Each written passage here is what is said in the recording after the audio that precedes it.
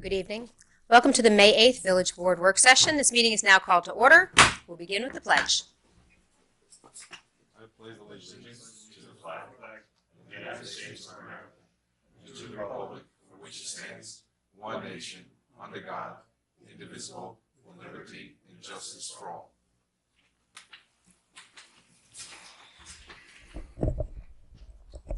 Alrighty. So, are there any announcements this evening? Yes, good evening. Let me take attendance first. Are we having a legislative session? We take attendance and even at work sessions, I like to call it out, just to make sure.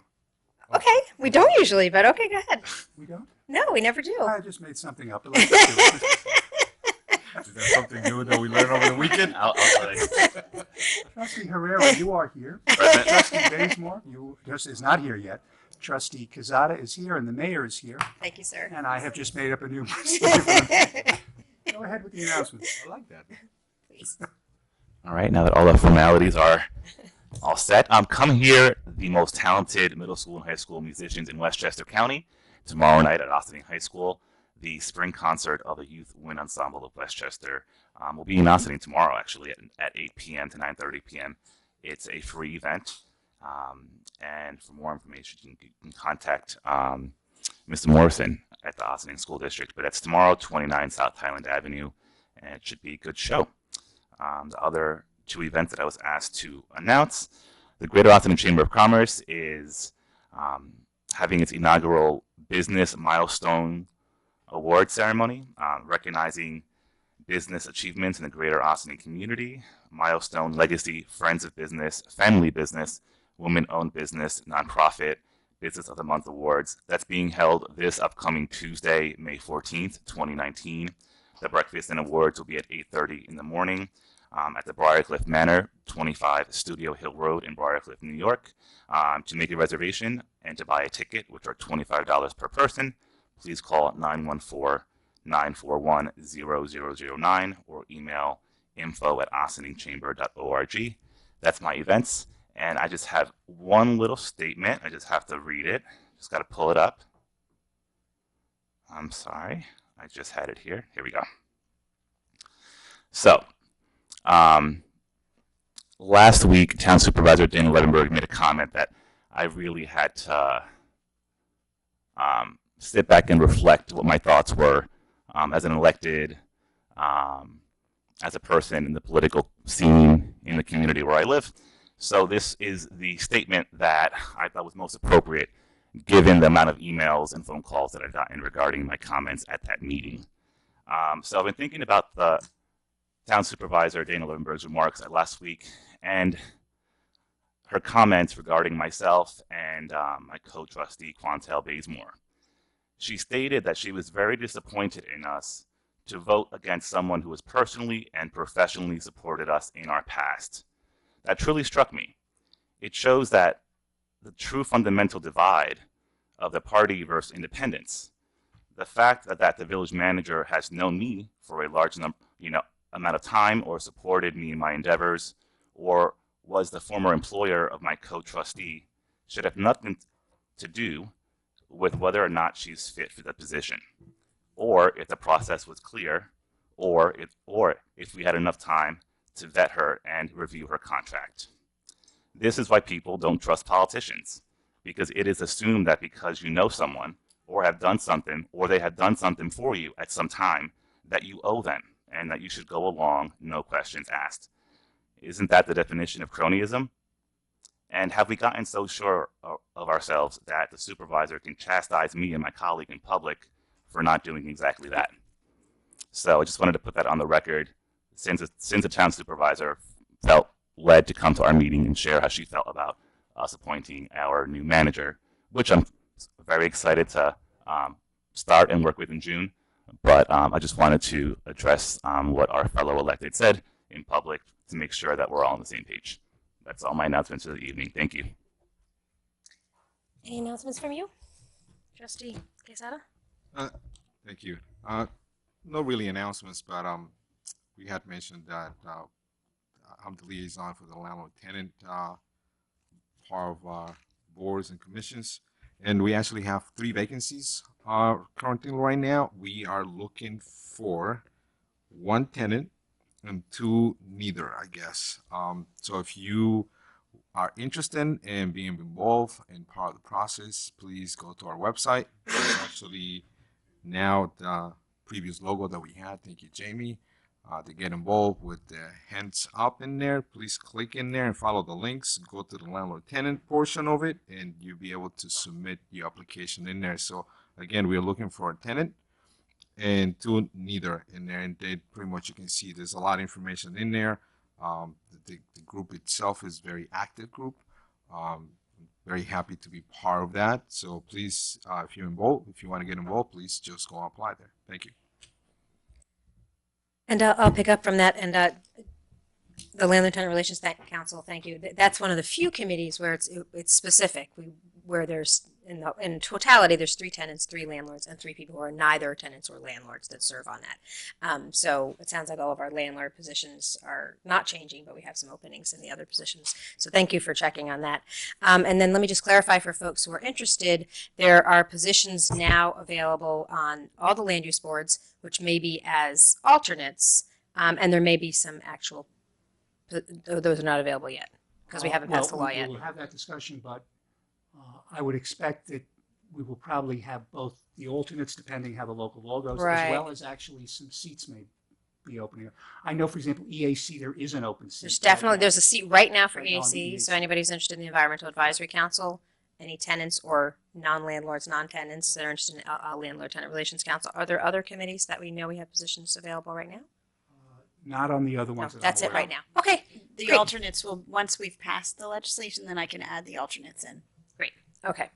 Then I just wanted to put on my documentary discussion series hat for a moment and invite folks to join us tomorrow evening, May 9th.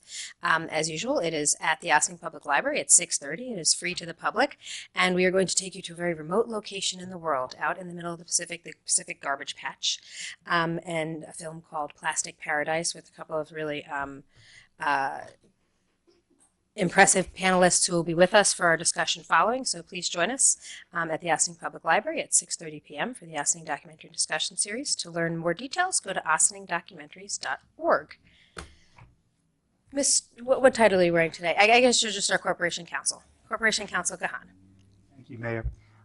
Good evening. Our first topic for tonight is use of contingency funds in 2019 for generator design engineering for Ossining Fire Department. This is a continuation from an earlier discussion. Superintendent of Water Andrew Teese could not be with us tonight, but we do have our fire chiefs here, and I have Chief DeCruz, and we can answer any questions that you have with regard to the proposal, which is, I believe you're aware, we had the Linstar proposal, which is for $14,500 for the engineering and design. We are looking at this point at one firehouse, which would be Holla Hose. I'm aware in the past, and Chief, correct me if I'm wrong, we were before talking $250,000, but it's actually going to be, it would be just $125,000 with a contingency because we're only looking at one particular house. And that would not be this year. That would be, I believe, in a future year. But according to Andy Teese, it will be diesel. As you know, we're under a moratorium from Con'ED anyway with regard to that. It would, this generator would service all of the electrical needs in Holla Hose as compared to some of the smaller generators, which would be only 30 kilowatts, which would only essentially do the lights and the doors. That, although it's a lesser price, it does provide much less power to the building. This one would provide, complete power to the building. And so the idea is to have the Linstar people come in and basically do their initial design and evaluation for Holla Hose so that that process can then begin. And the design that we're looking to approve for this year. The design that we're looking to approve for this year is at 15,000 almost? 14,500, just under 15, correct. All right, well, we've talked about this a few times, and we asked to have more information, and the chiefs are here with us. So do folks want to ask some more questions about, we've already gotten a change in our understanding because the 250 was talking about 2, and we're actually, well, we may do 2, and I think there are certain houses where it makes sense. Said headquarters already has one. We're going to Hollow Hose, which isn't going anywhere. The next logical one, I imagine, would be Cataract, which also is not going anywhere. So those are probably the two that would eventually come up to 250, but that would be spread out over a couple of years. So for this year, we're looking for the design. Is the design just for Hollow? I believe yes, it's just preparation and construction documents for the installation of an emergency generator and automatic transfer at the Hollow Hose Company. So this would just be for Hollow. Okay. Do you want to stand up and say something, Chief? I don't have a question. I just, with the chiefs being here, I think it's great for the public and for the board. When we had preliminary discussions amongst ourselves, we were trying to figure out like the actual, not just obviously we know the need for a generator in a facility like Hollow Hose in that particular part of town, but that it's not just used for an outlet. That that building, in case of emergencies, stays open. It's fully functional. So if there's anything that I missed when I said that, please feel free. But it's not just open, our bay door. You have a lot of members that actually stay there in case of emergencies that have to actually operate out of that building, and it would actually keep it going. I said it a lot better last time I went into details, but having you guys here, I figured it was a good idea to, for the public's sake, just know that there's a reason why I can't just go to Home Depot and buy, a generator.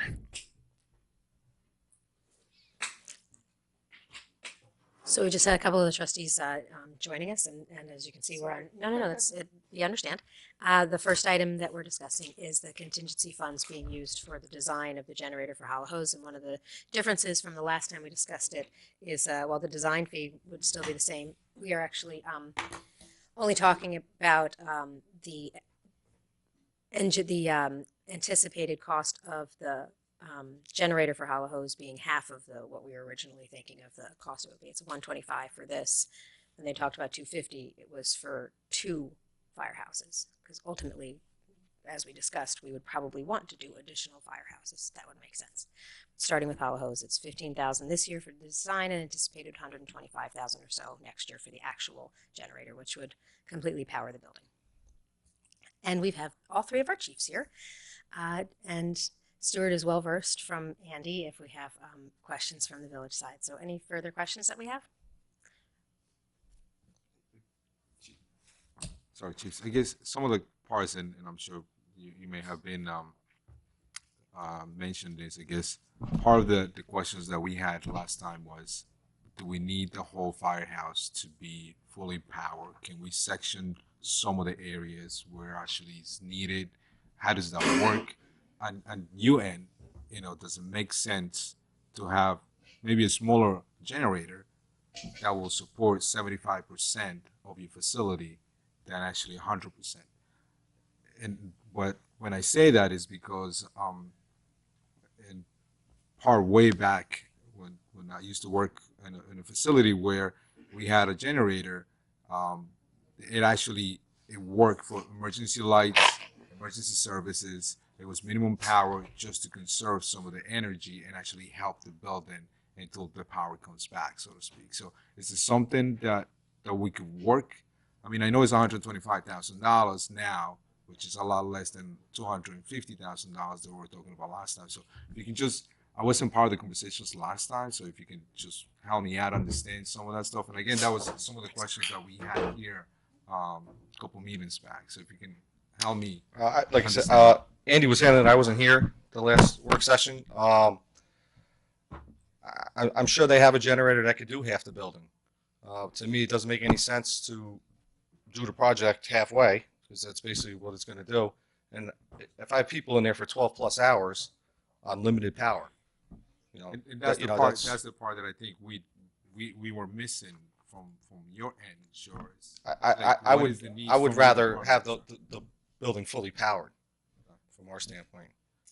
Well, maybe it would be helpful if you could explain to us, because we get the messages, or at least I get the messages when there's a snowstorm coming, and you have a number of firefighters who agree to stay overnight in the firehouse so that they're ready to respond to an emergency should it happen. Yes. That's the most common time that happens. And if there were no power in the village, then not only could you not open up the garage doors, but you need power for the firefighters to not get cold. So paint a picture I mean- for us. Why would this most likely scenario when this would come into play? Just a perfect example, 3 times this year, we had snow standbys, and our members spent 12 plus hours, those 3 times, in the firehouses.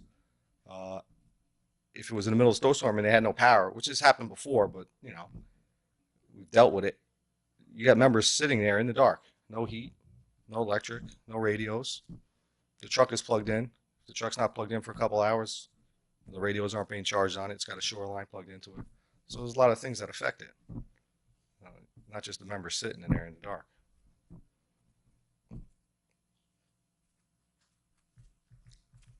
Questions?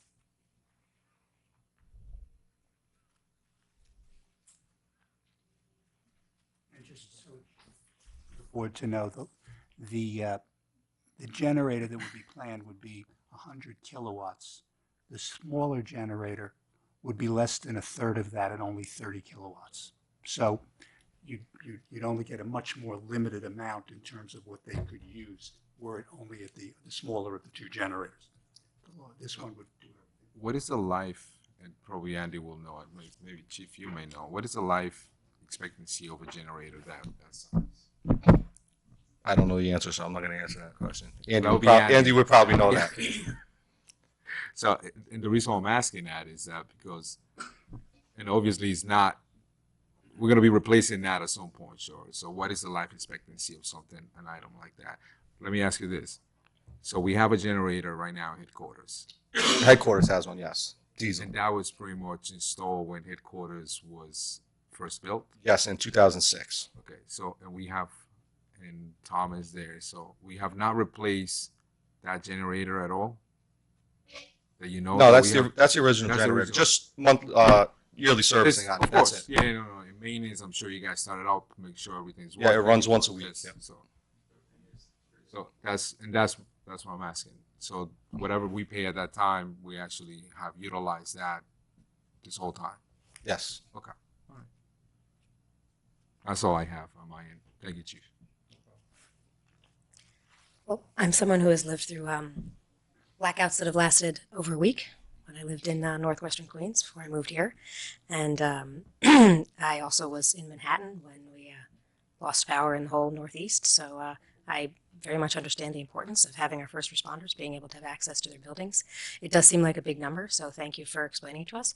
I feel better that it's half the big number that we thought it was. That is somewhat reassuring.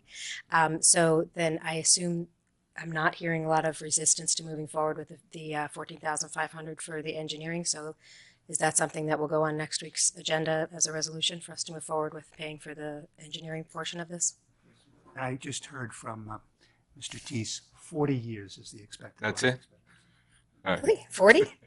That is more than I anticipated. All right. Thank you. Thank you. All right. Thank you very much. Thank you, Chief. I appreciate Enjoy your that. evening, Thanks, Chief. Chiefs. You're welcome to stay. There's another item down at the bottom. We need your help. Mayor, next on our agenda is retirement reporting for elected and appointed officials. Again, that's a continuation from our April 24th meeting, and Village Treasurer Tom Warren is here. I'm seeing that. Do we also need the Chiefs to stay for Steamer Company? No, because we don't? Okay. because I've done that. That's directly with the company. Right. folks. Okay. Okay.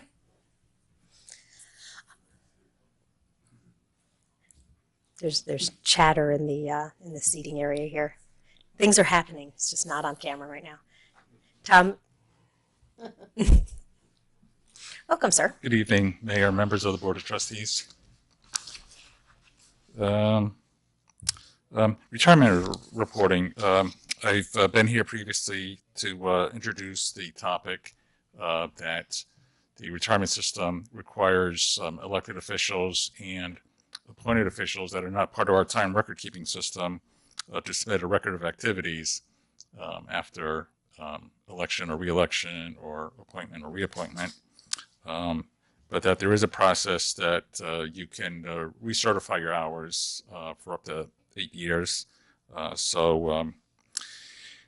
Today I did send out the record of activities that I had received, but there was a misunderstanding and I thought that one of the trustees' hours was going to be recertified from 2016, and he called me late in the day, and he did have hours for 2019. So I haven't had a chance to really review that as yet, and so and the fact that I had only sent out the record of activities this afternoon for the board's review, which the process is that the board's supposed to evaluate all of the submitted records of activities because the resolution is the board approving the submitted hours for retirement purpose credit. So I'd like to postpone next week's potential vote on approving the record of activities for another 2 weeks, or would it be 3? Is there an extra Wednesday in There's a this fifth month? Wednesday in May. Okay, all right. But who's counting? To, I guess, postpone the resolution establishing the days worked for the individual officials involved until the first meeting in June, and I'll give you more of an opportunity to review what I sent out, and it'll give me a chance to review the trustees' time for 2019 and get that sent out to the board. As long as you're not under any pressure of time, that's fine with me. Yes, we're not receiving any pressure yet from the retirement system asking why it hasn't been submitted as yet. So Okay. I do feel that there is time still to get the resolution adopted. Okay, good. Good for you. All right. Next up. Thank you, sir. Next on our agenda, again with our village treasurer, is the HGAC purchase consortium discussion. Yes, as you know, every year when we adopt our procurement policy, we also include a provision to allow department heads to purchase items under piggyback contracts, provided that they meet the definition established by New York State for competitive bidding, and also to comply with the village's procurement policy. Like, for instance, we allow department heads to piggyback off of any local government contract in New York State because we know that they put it out to bid under New York State law, but we still verify anyway that, you know, that the contracts are. But consortiums like Sourcewell, which was NJPA, we joined Keystone previously, and most recently we joined the Educational Service Commission Cooperative of New Jersey to allow departments to buy under those consortium contracts. Now I have had a request from the truck committee of the fire department that would like us to consider joining the Houston, Galveston Area Council Cooperative Purchasing Program. I've looked into Texas? it. In Texas, yes. Just like Sourcewell is based out of Minnesota. Is it? Okay. You know, and there's a lot of consortiums throughout the country. They sometimes specialize in different things. They don't always, you know, sell the same type of items and have the same contracts. But there was a specific fire apparatus manufacturer that they'd like to access in this contract. You know, the Houston, Galveston Alliance Council is similar to like what a BOSI's is in New York State. It provides, you know, it's a sort of like a government. It's an area council. It's a cooperative of local governments, and they provide different services to the local governments, such as emergency disaster planning, environment, mobility, public safety, GIS. They also offer procurement services and the procurement contracts, and they've opened them up to any local government in the entire country that requests and provides an application to join the consortium to access the contracts. So that was the request to amend the procurement policy to allow the village to join the HGAC by purchasing consortium, which would benefit all departments due to the wide number of contracts that they do offer under the consortium. And this really saves the village time in not having to put out local bid specs to buy different things, because they're buying them under a contract that's already been competitively bid and offered to the members. I'm certainly not going to. We seem to be having. We just started doing this a few years ago with some of the. Yes, the it's NJP. something that has been in place for probably about maybe 6 or 7 years. Okay. I feel like I remember it happening, but maybe I just remember adding one of them. Well, we keep I adding was them. here 6 or 7 years ago. Every year we keep, seem to add another one, because there's something that a department would like to access. Okay. Sounds good. Thank you, Tom. Thank you.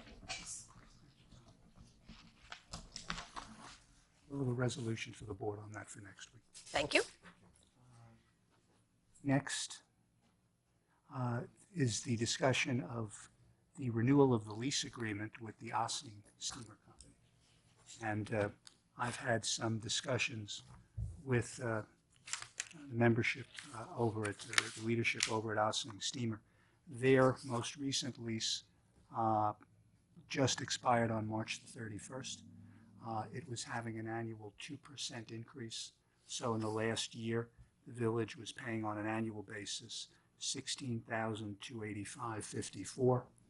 The proposal would be to do a 3-year extension, 2% each year, which would then go for April of 2019 to March of 2020, would bring us up to $16,611.25. For April 20 to March of 2021, $16,943.48. And for April 2021 to March of 2022, $17,282.35.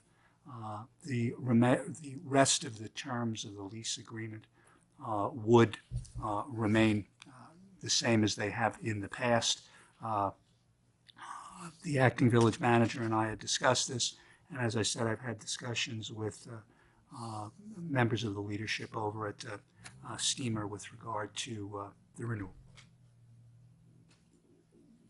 I'm just wondering where the 2% comes from. Is it It's associated with an index or any sort of? No, it's, this is what it was. This contract, it was the prior contract, it was the contract before I got here. Okay. It's been basically 2%. So it's just there. Regardless of what's happening in the economy. Yes, clearly. I just wanted, for the public's sake, to just, for those who don't know what we're talking about, so the village actually doesn't own all of the firehouses in which our village-owned apparatus is in. So that's why once in a while we have actual leases with the executive committee and those who are in charge of that firehouse, and that's why we're doing this. And my other question is just, thank you. Other question is, going forward, whether it's this year or next year or the year after that, within the 3-year period of this lease, if we finally make progress in the conversation as to the relocation of firehouses or the construction of new ones, would we be able to stop this one? There are provisions in this for that in the event that either Ossining Fire Department relocates to a different site or vacates. Yes, we're not locked into it to just keep paying. But Thank you. that's a provision that was in the prior lease and would be continued for this one as well. Okay. So, And that's 16,000 per year. Was it? yes, Okay. paid quarterly, but yeah, right now it's 16. It would go as high as 17,282.35 in the final year of the agreement. And the 2% is also what we have with regard to independent. So that number. And I think independent was just renewed last year, Yes, and that's also a 3-year contract. I believe that's correct. Yeah. So those are the two. Just to pick up on where Trustee Herrera was talking about, is there are 2 firehouses that are privately owned. There are 5 that are publicly owned. There are actually 9 companies amongst those. Okay. So, terrific. Thank you. Moving right along. Next, we have DPW bid awards, materials, supplies, and services for June 1, 2019 to May 31, 2020. This is the regular biennial bidding that we have that has already been taken place. The bids have been opened. What we would propose is to present a resolution to the Board of Trustees next week, accepting the bids, again, for the period beginning on June the 1st and running until May 31 of 2021. And as I said, we've gotten all the responses. What we do is we provide the responses as annexed to the resolution with all this, everything circled as to who was the successful bidders. And just so the public knows, this includes things such as concrete, chemical bids for, a water treatment facility, water material bids, electrical services, equipment rentals, highway improvements, which is a variety of things, item 2A, 2B, 2C, pavement and striping, plumbing services, sludge removal, and tree services. So it's a variety of services that are provided to our DPW. We do it out on a 2-year basis, and it has come up again for renewal. So it's all been rebidded. As I said, bids have been opened and checked by DPW and the clerk. It happened to be done on a Tuesday morning, so I was here in my office for open office hours, and it was the first time I'd ever sat through the entire occasion that was overseen by Clerk Marianne Roberts and with Dave Stone from the DPW office. It was really a very interesting process because some of the bidders were here and eager to find out. They really do. It's like the Academy Awards for the DPW bids. It was opening up the envelopes right here. It's very exciting. And then I got to learn a little bit from Marianne and Dave after that. They take it very seriously, and we're grateful for their attention to it and doing it so thoroughly. So thank you very much. Is there something for us to vote on for next week? For next week, yes. Great. Thank you. Next, Mayor, a discussion on E for all. Yes. So now we're going to kind of come to this side of the table a little bit. We'll talk about E for all for a little bit, and then also just most of us, including Stuart, we're at, this is not on the agenda, but we talked about giving some highlights to our NICOM. So now is everybody ready to do that? Yep. Just so you can think about that for the next couple of minutes. But E for all, I've had a chance to talk to most of you in the last week or in the past about the potential for the village making a commitment to contribute to part of the funding for this program. But it's kind of like a GoFundMe. They need $300,000 for the program to take place each year. And if the village decided, and I'll just back up for a minute for anybody in the public who doesn't know what E for All is. E for All is a program about entrepreneurship that has been very successful in a number of locations in Massachusetts. We became aware of it because a couple of folks in Ossining have been working for 2 or 3 years now with the Ossining Innovates initiative, which has been working with entrepreneurs who are people who are aspiring to be entrepreneurs and local businesses, and having different meetings and feedback loops and marketing workshops to encourage entrepreneurship and small business success in our community.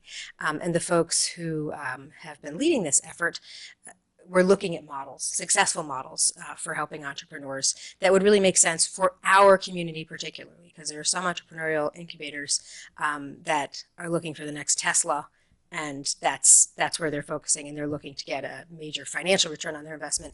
And then there's this model, which is very different, which is much more targeted to a community where most of the people who are participants are women and minorities. Their goal is to help people with truly small and attainable businesses that will create jobs in their community.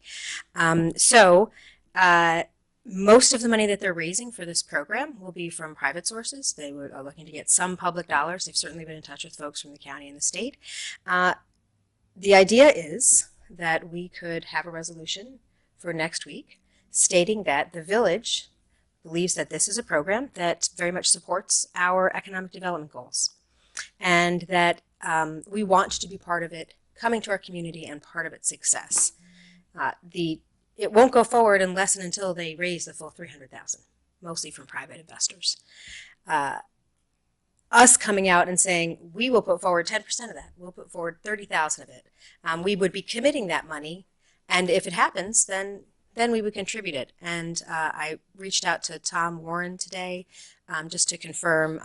As I recall, we have money set aside in contingency, originally brought to us mostly for a program that Trustee Bazemore suggested during our budget discussions. And I believe we earmarked about $100,000 in the contingency to go toward this, which is also intended to help with economic development, but it's a different approach. It's about job training, and that is something that we could still do, but this would come from that, a portion of that.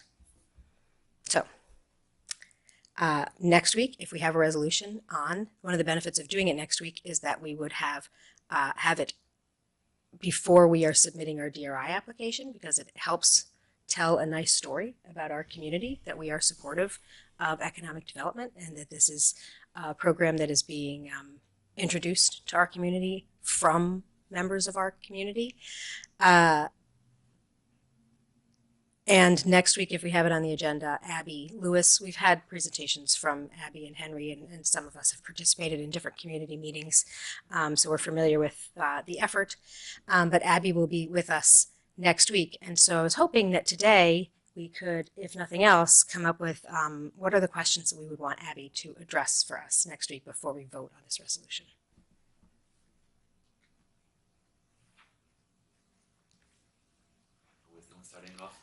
Well, I know you have questions, so you're welcome to. Okay, or Manny's welcome to. Yeah. Let's change it a little bit, I guess, Omar. So, sure, definitely. So I remember being in this room sometime last year when they did a presentation. So I wasn't really part of this whole discussion, but briefly spoke with the mayor in regards a few of the questions that I had, and that's going to hopefully still be able to help me understand this. Because this we went through Green Ossining not too long ago. So this is a non-profit organization that's asking for money from the village.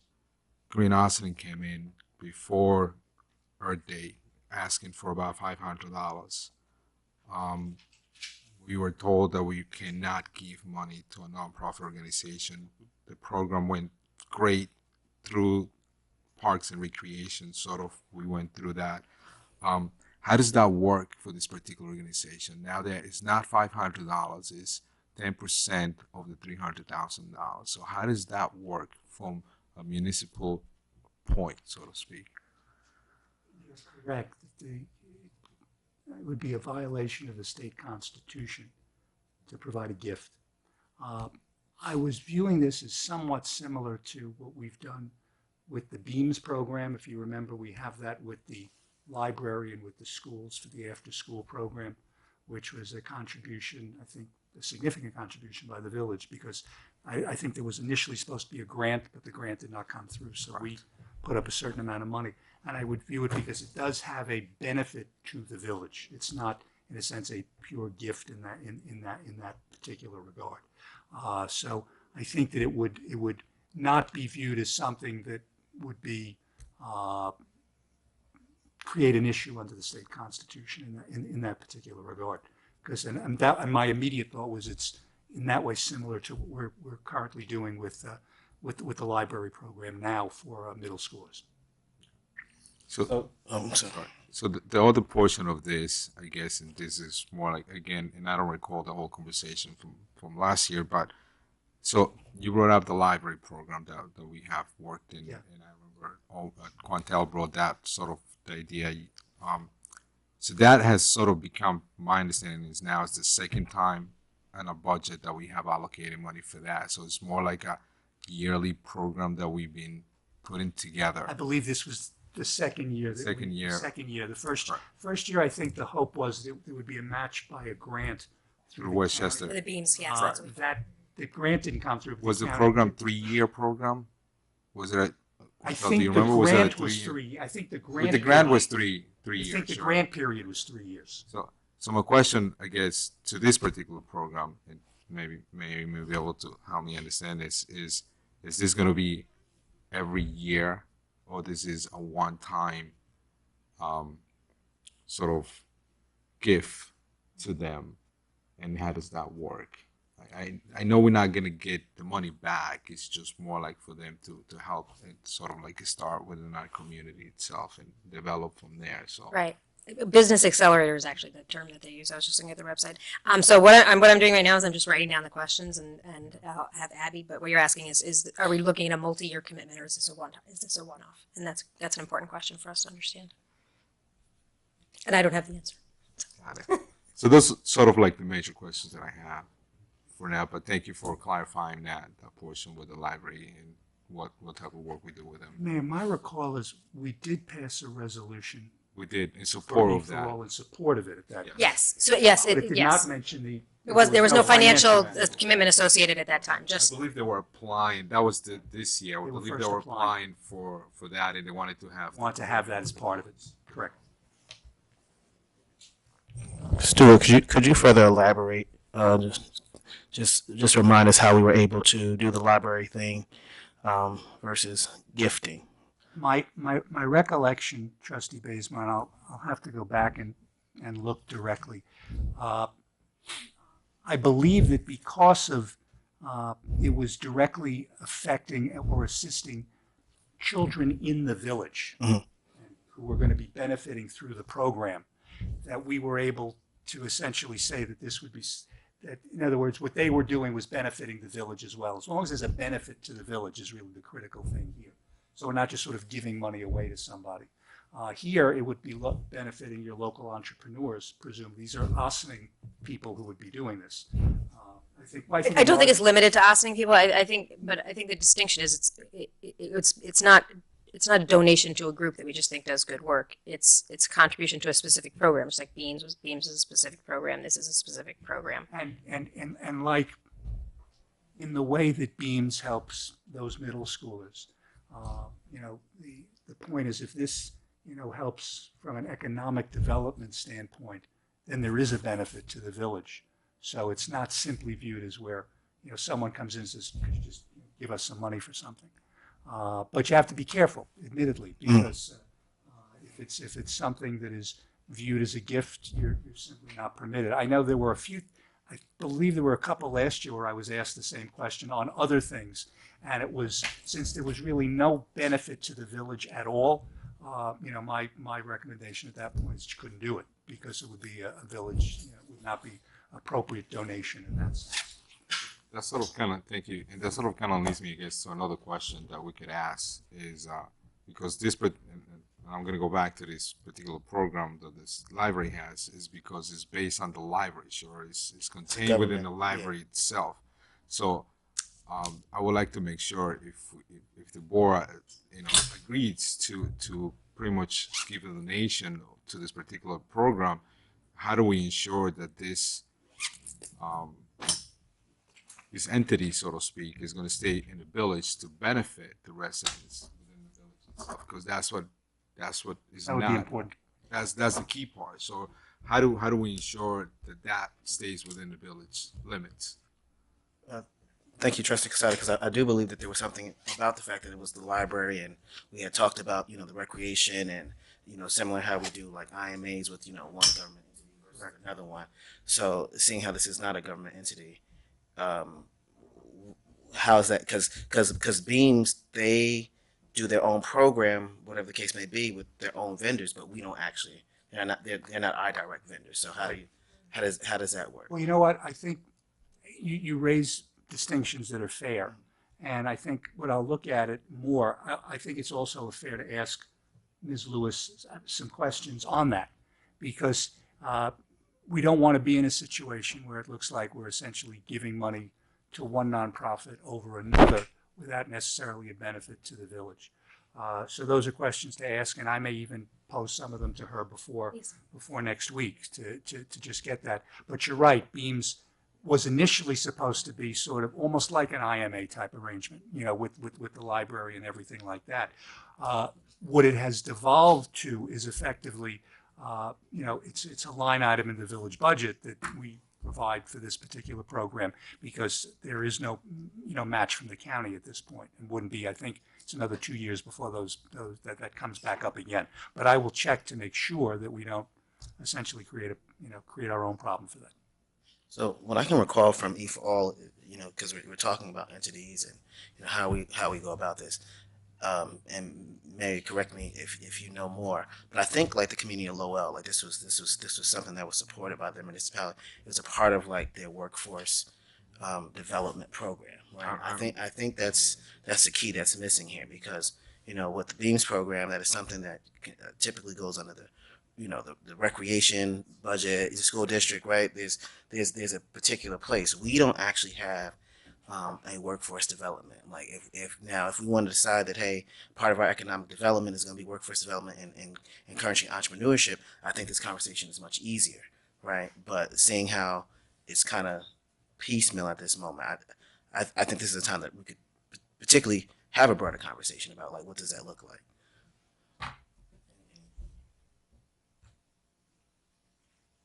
Like what budget line, like going forward, would it come from?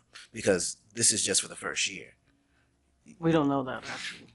It could be just a one-time deal. That's what I asked before. Is this going to be something that we're going to be subsidizing, so to speak, as a part of our budget? So I guess that's something that we could ask. So if we're doing questions gathering, here are 5 of them. The partnership relationship, public and private. It's my understanding that they will also be going to the county. They will also be going to the town. They might go to others.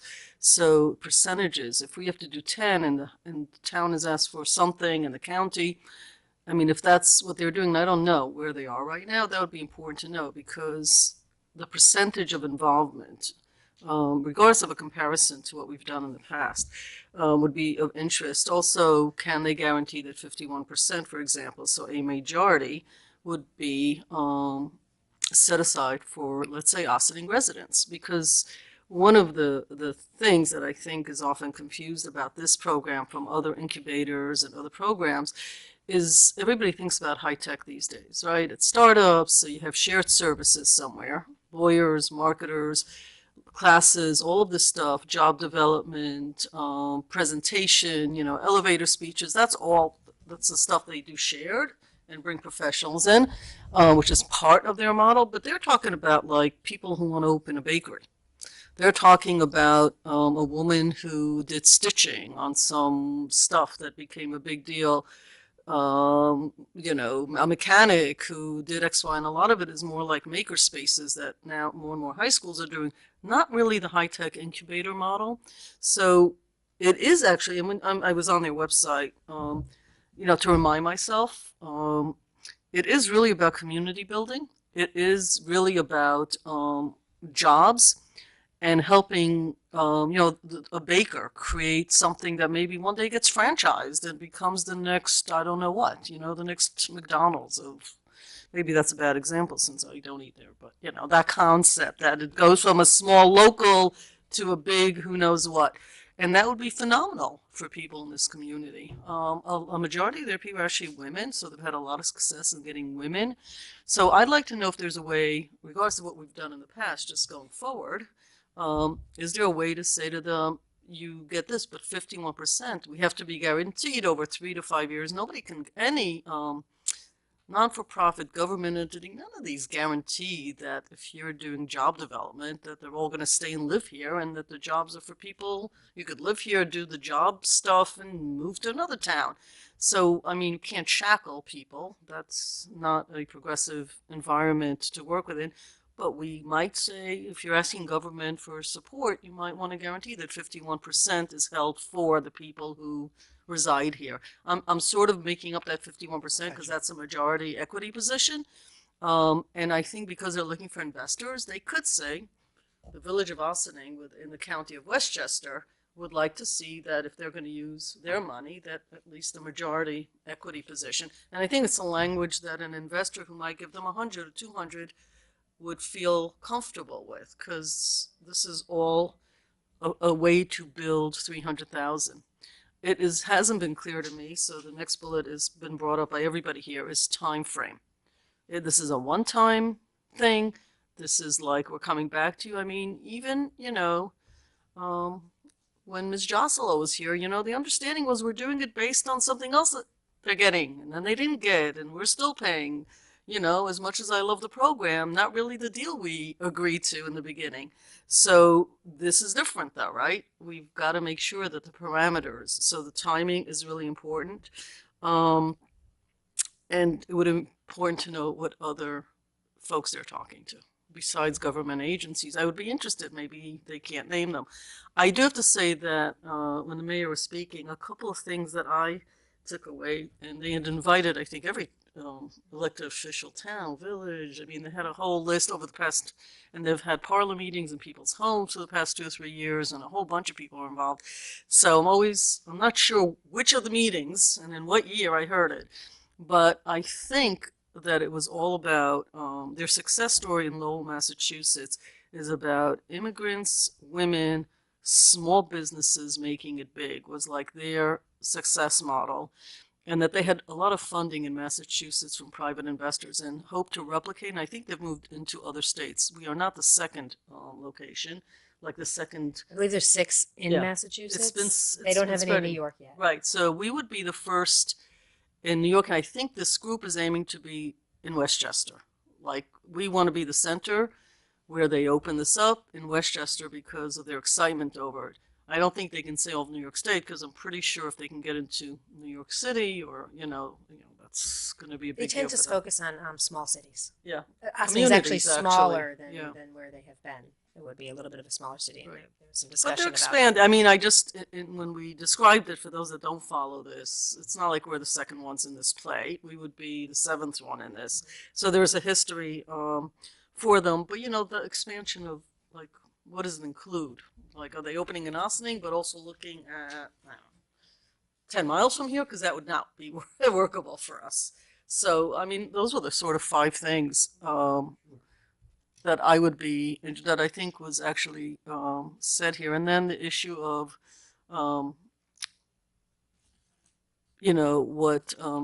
what Trustee Baseman brought up about, the whole issue of a donation to a, Of course. Well, that that's- obviously is already on your list, right? I had a 6th. I thought that there was like a, Catch up to my 7. pen actually was, I've gone through 3 pens. So, is it cash that they need or in kind? In other words, if we have a building for them, that the rent is equal? That would be a question. I don't think we can, I mean, does somebody know the answer? I don't know. Right? But Okay, if they might need ask Abby. I think they need a place and they'll need certain things. Can we do that in kind, which just lowers the number a little bit, over a year, a rent on a place equal to. That would be nicer actually for us, but whatever. That would be a question. Okay, I got it. Thanks. Up to 7. So I don't have any questions per se. I want to just first start off by saying that what Ossining Innovates has started is a great dialogue between not just highlighting Ossining businesses and their models and really making that an educational tool for people who are thinking about going into business or being entrepreneurs themselves. That, to my knowledge, hasn't really been done at that type of level, as they've been doing it for the past, over a year? 3 years? They've been working Wow. this for 3 So- years, actually. So I commend them for that. I was able to be at the stakeholder meeting with a lot of my colleagues at the library, where we learned more in depth about the program and their model. I was very supportive, and I still am, of the resolution that this board passed, that we would support their efforts to establish themselves in Ossining, and also as they go forward in finding funding and partners to make that a reality. To me, at this particular stage, where the entity doesn't exist in the village, nor a branch does not exist in the village, nor is there an actual, till this day, so maybe this may be an appropriate question for Ms. Lewis, what is the actual action plan so far, with or without our contribution? And what does it look like as far as timeline goes? Because I'm just concerned that we're entertaining a request for a project that doesn't really exist yet. And my bigger concern with that is that we're tying it to a state grant application when it's not really. No, that's the There's reason. no state grant. Yes. DRI DRI. that I mentioned earlier. Just Oh, as an idea. it if would you be a wanted nice it. talking Yeah. point of the DRI application. That's all. Yeah, no, it was actually a good point because, yeah. I didn't think about that. But so because it's not an established entity, nor an established program, nor a shovel-ready nonprofit or program to open, it just concerns me, A, to commit funds. You missed my earlier points. I'm very supportive and still am of a resolution that we passed earlier to help them obtain the funding and the partners that they need to make their desire of opening up their nonprofit the branch of E4All in Ossining, and that I still am. I'm just concerned that due to that just still being an idea and not, us committing money to it is just a little premature for me. And I was also just adding that if we did add it to our DRI application, it would be the most vague. It wouldn't be, I don't think it would be a fair representation or honest representation of an actual partnership that's going to be happening or starting to happen. I mean, I would compromise to highlight the Ossining Innovates program first, since it has 3 years under it, and it actually has 3 years of actual programs and entrepreneurs and businesses and Ossining residents. But I just don't want to commit money to a nonprofit that doesn't exist here yet, but one day hopefully will at this particular point, and B, tied into a state grant because I can't really speak for it. I know Abigail and Henry and the exec team of E4All can, but that's not the purpose of that partnership. To rewind, I think that the importance here is to really, to me, focus on the workforce development part that the board just, as a line item, just temporarily, right? Because we don't know if we're going to move forward with it, but the money that we put in the budget, I know that we haven't had a discussion as to what that would look like or what it means or who the vendors are or even what model this board feels comfortable moving forward when it comes to that money or how it's going to be allocated. Because it's in the budget already and because it could be completely dissected and implemented by the board themselves, and because it's $100,000, I think that's more of a process that has it's better staged to succeed because of our ability to discuss it and learn about our options, hear myself and all our colleagues as to the differences in model. I mean, I know of workforce development, but I'm not a person that could fully speak on it or how it should be run through a municipality, whether it's just A, we're just giving money, or B, we're actually partnering with someone when it comes to doing programming. I don't know. But I like the workforce development component better because that, to me, and this is totally my opinion, it just has a bigger reach and target audience. Workforce development can reach youth. It could young adults, seniors, those who are having a transition into retirement but still want to work. I mean, there's so many components of workforce development, and we could decide whether it's through ourselves or through our departments or through a vendor, which way or how we want to go about that.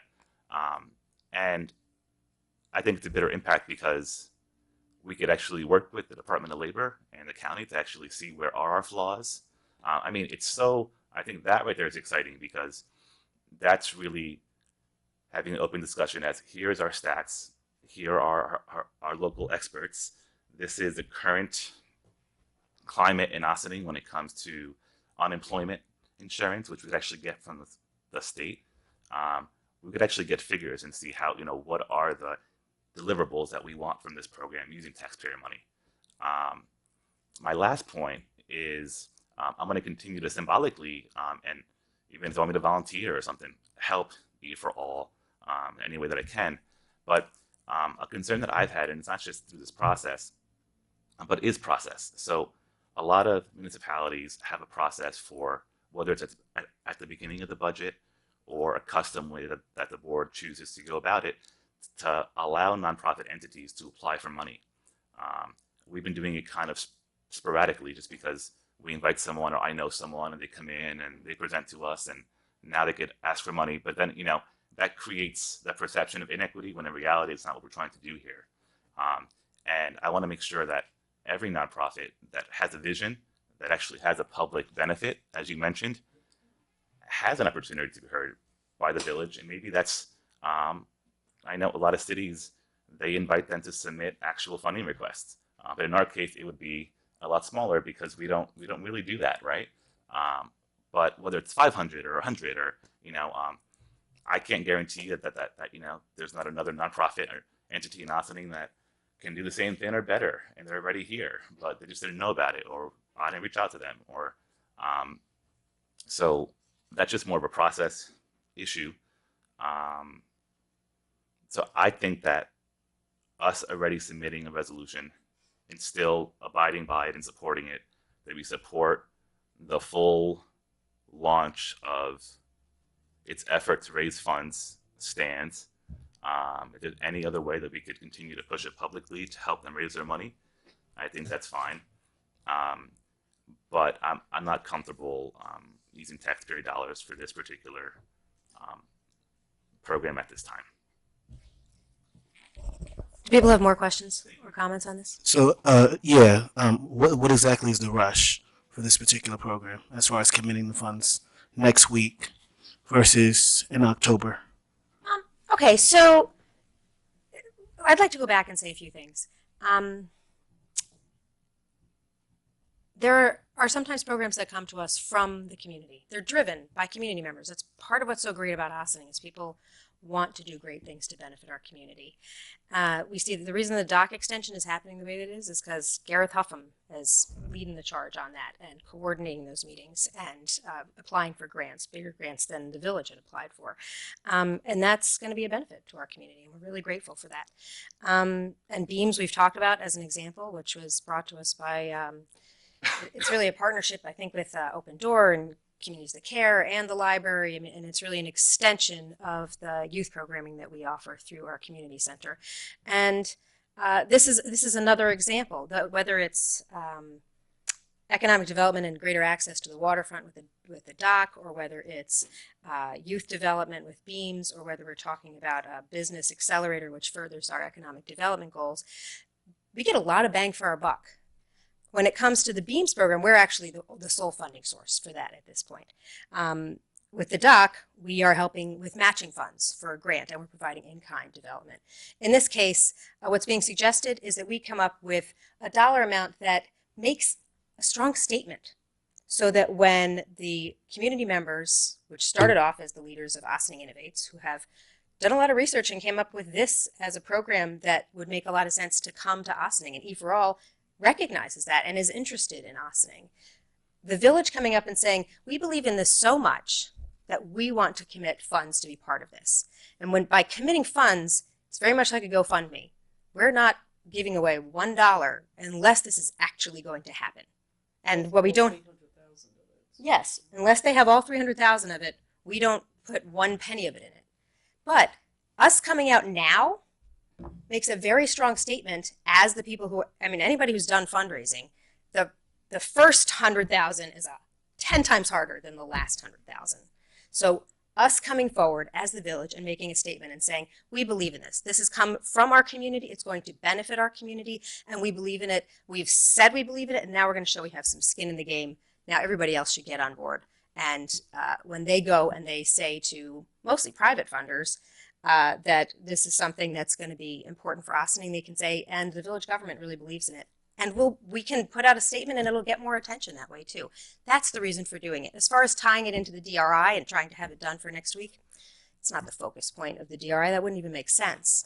But when you do the DRI grant, you make, part of it is making recommendations of particular projects that we believe the $10 million could be best invested in. And then part of it is telling the story of why is this village so ready for that kind of investment to come in our community. And there are many, many things that we talk about, and this could just be one of them, but it specifically speaks to economic development that is driven by members of our community and is also consistent with the type of economic development that we would like to have in our community, which is one that is to benefit the people who are in our community today. So I would like to put it on the agenda for next week, assuming that knowing that we have a bunch of questions, which I think this was helpful, getting a lot of questions asked. Stuart, it sounds like you're going to be talking to Abby Lewis. I'll follow up with Abby. And I would also encourage any trustees. I know, Mandy, you haven't had a conversation one-on-one with either Henry or Abby, so I said I would get you their contact information. I don't think I did. I would encourage you to speak with them in advance of next week, and anybody else as well.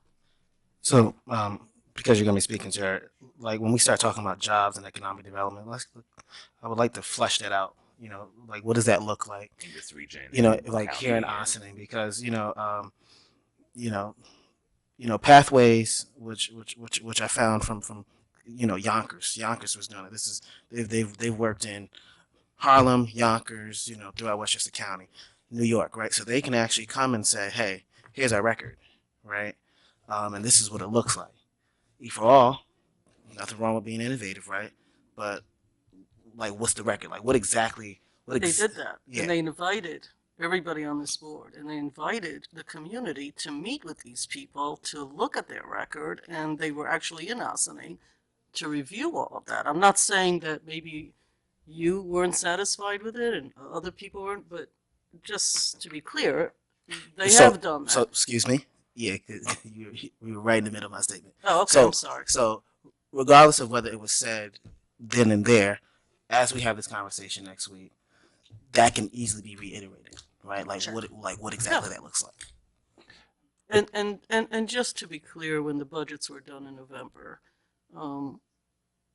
anybody on this board can present a point of view about the workforce. You brought that up. I had suggested that maybe you'd like to present why we would need it, how you view it, what it looks like. I'm working on a lot of stuff, so my appetite for working on looking at everybody and all that, we all have different styles. If you have something you want to bring, any one of us can bring that. And if you have a group that you think is of interest for the board to look at, you've been on this board long enough, they can be invited. You had mentioned a group at that time. That was in November when we were doing the budget. We're now in the middle of May. I mean, happy to see them. It's just this, the question I have when you want to do economic development, sometimes you should ask, what's the rush? Other times you should ask, why not? That's the way people who think progressively and out of the box talk. It's not just why not, it's also both sides of the equation. So when people bring ideas to us, some of us like it, some of us don't, some people do great jobs in presentations, some are nervous. It's really the whole gamut when it comes to process. The state takes a decade sometimes to do their studies before they come up with something, and an individual in government can do it in 3 or 4 weeks because they do it differently. So happy to hear about the workforce ideas. Remember discussing in November, haven't heard anything about it since. Happy to learn more about it. We're in May, so we can do that. Oh, I'm not the one that's going to sit here, I got to be honest, so and do all that work and align it. So just bring it forth. Yeah, there's no issue. I mean, I've already spoken to the mayor previously about bringing it forth. So I don't want you to believe that this is something that has been left out there. I'm not necessarily understanding the tone of your comment, because it comes off as if someone may not like this particular idea because one has an idea. Like, No. you know what I'm saying? So I'm sorry if my tone Yeah. seemed unfair to you. It was actually, I think, just directed as bringing in the budget line of workforce, when in fact I remember during that conversation that some work needs to be done to maybe educate people here. I have not seen that. Mm. I have seen this group. I've seen, Ms. Jocelo and her people. I have seen other people. They come, they present, we talk about it, we like it, we don't, that was my point. Okay. I just haven't seen anything about this, so I don't know how to speak about something that I haven't seen any information on that was discussed actually in a meeting way back in November. And I only point to because you brought it up as a line item. that was something we all brought things Yeah, up. absolutely. I mean, so I'm sorry about the tone. That was my whole point. So I was at that meeting, and Bridget Gibbons, the director of economic development for the county of Westchester, her comments and her concerns are pretty similar to John Girolamo, which is representing the Chamber of Commerce, about how they came up with their stats, because they were kind of guaranteeing a number of jobs and a number of this and a number of that, and they weren't necessarily answered. They were addressed as to, we'll get back to you on that, or when it comes to the region, it changes. But I think that's kind of, maybe we could just add, when it comes to the region and our needs, and just our different factors of opening up a business or a particular business, whether it's, infrastructure for, the example was used, if Miss Smith was baking cookies in her kitchen, we helped her, start baking commercially, but then they forgot the part that, in that particular town, they had access to like 4 commercial kitchens that was open to the public. And so all that stuff matters, not to go into the weeds, but when it comes to your environment and your topography, like what is realistically, what can you really expect from the program? What industries, what types of people? Is it people that, necessarily, I know it's, they have a big desire to reach women and minorities and people who just want to be an entrepreneur and open up a business, right? But like, what does that look like? What are their backgrounds as far as their ability to actually, after the 6-month program, fulfill that? The other part that I wanted to bring, the Chamber of Commerce did do a grant application with the town a couple of years ago for a employment incubator. So that's an organization that has 150 members, close to like over 50 years old, right? So like, are we speaking to the groups that have tried this or want to do it, that are here now, that are that have been our business community, and what's the other point that I wanted to bring up? And tomorrow, I think that if I or the board wants to be as progressive as possible, that comes down to equity. Tomorrow, can I email every single nonprofit and tell them to submit a proposal that will directly benefit the village, and will they be guaranteed the same amount of time and consideration and funding, right? So that's kind of my biggest process concern, that yes, I had the opportunity as a trustee to bring in a nonprofit or an initiative, but I'm not the spokesperson for every single nonprofit or initiative in the county or state or village, which is more importantly, right? So, and we haven't, and I kind of wish that, I kind of found this issue. I didn't think that the board was going to sporadically give out money to nonprofits or initiatives just as we went, even though some organically at times happen. But I don't think that we have a fair process for hearing out nonprofits and their potential benefit to our economic development or overall our village. So it just opens up a whole can of worms, because then every nonprofit can be asked to be put on the agenda going forward to do presentation to us to prove that there's a direct benefit to our goals, and then we'd have to kind of analyze whether that's true or not, and whether or not funding is adequate for what they're asking. I think what I'm hearing is we need to, one of the things we're going to be asking Abby for next week is at least the concrete parts of what I'm hearing is a record of the success in the 6 places where they currently have facilities. And one thing that we didn't mention is doing, they do cohorts, I believe, every 6 months, and that we would want some of that to be Spanish language cohorts. That would be significant for our community. All right. Well, just no. So I just want to. So that's part of what you heard. But my biggest point was inequity in public funding for programs that directly match our goals in the village. Right, but that's a bigger conversation. I'm just talking about E4All and what we're going to discuss next week. Abby can't speak to if we're going to institute a process where we send letters to every nonprofit. Oh no, that's fine. I just want to make sure that we're not considering a funding request for a vote before having a discussion about the inequity of public funding for nonprofits for the public's interest. Well, That's all. I think that this is actually consistent with other initiatives that have come to us from community members that have sought the support of the village to do programs that they believe are beneficial for the village, and we decide yes or no. So then what I'm hearing is that we should encourage people to come to the board going forward. And since we don't really have a process, we'll just go as it, if you come to us, we'll hear you out, and we may or may not hear you or fund you, but that's how our process is here.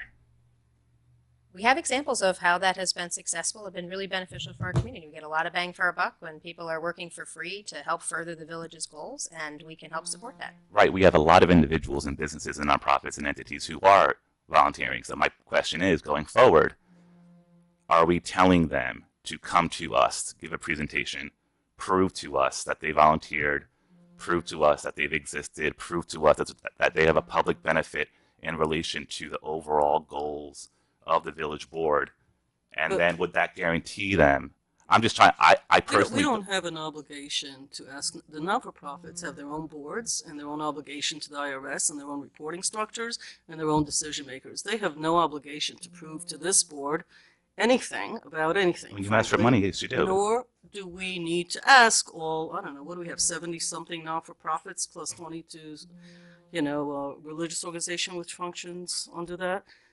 You know, at the end of the day, if a non-for-profit wants to do a public and private or ask the village board for financial assistance in something, whether it's in kind or to use our grounds or to run a public meeting or to do anything, there is a long, long history of them coming to one of these sessions or calling one of us and saying, I would like to present a case of some sort. When can I come and speak to you?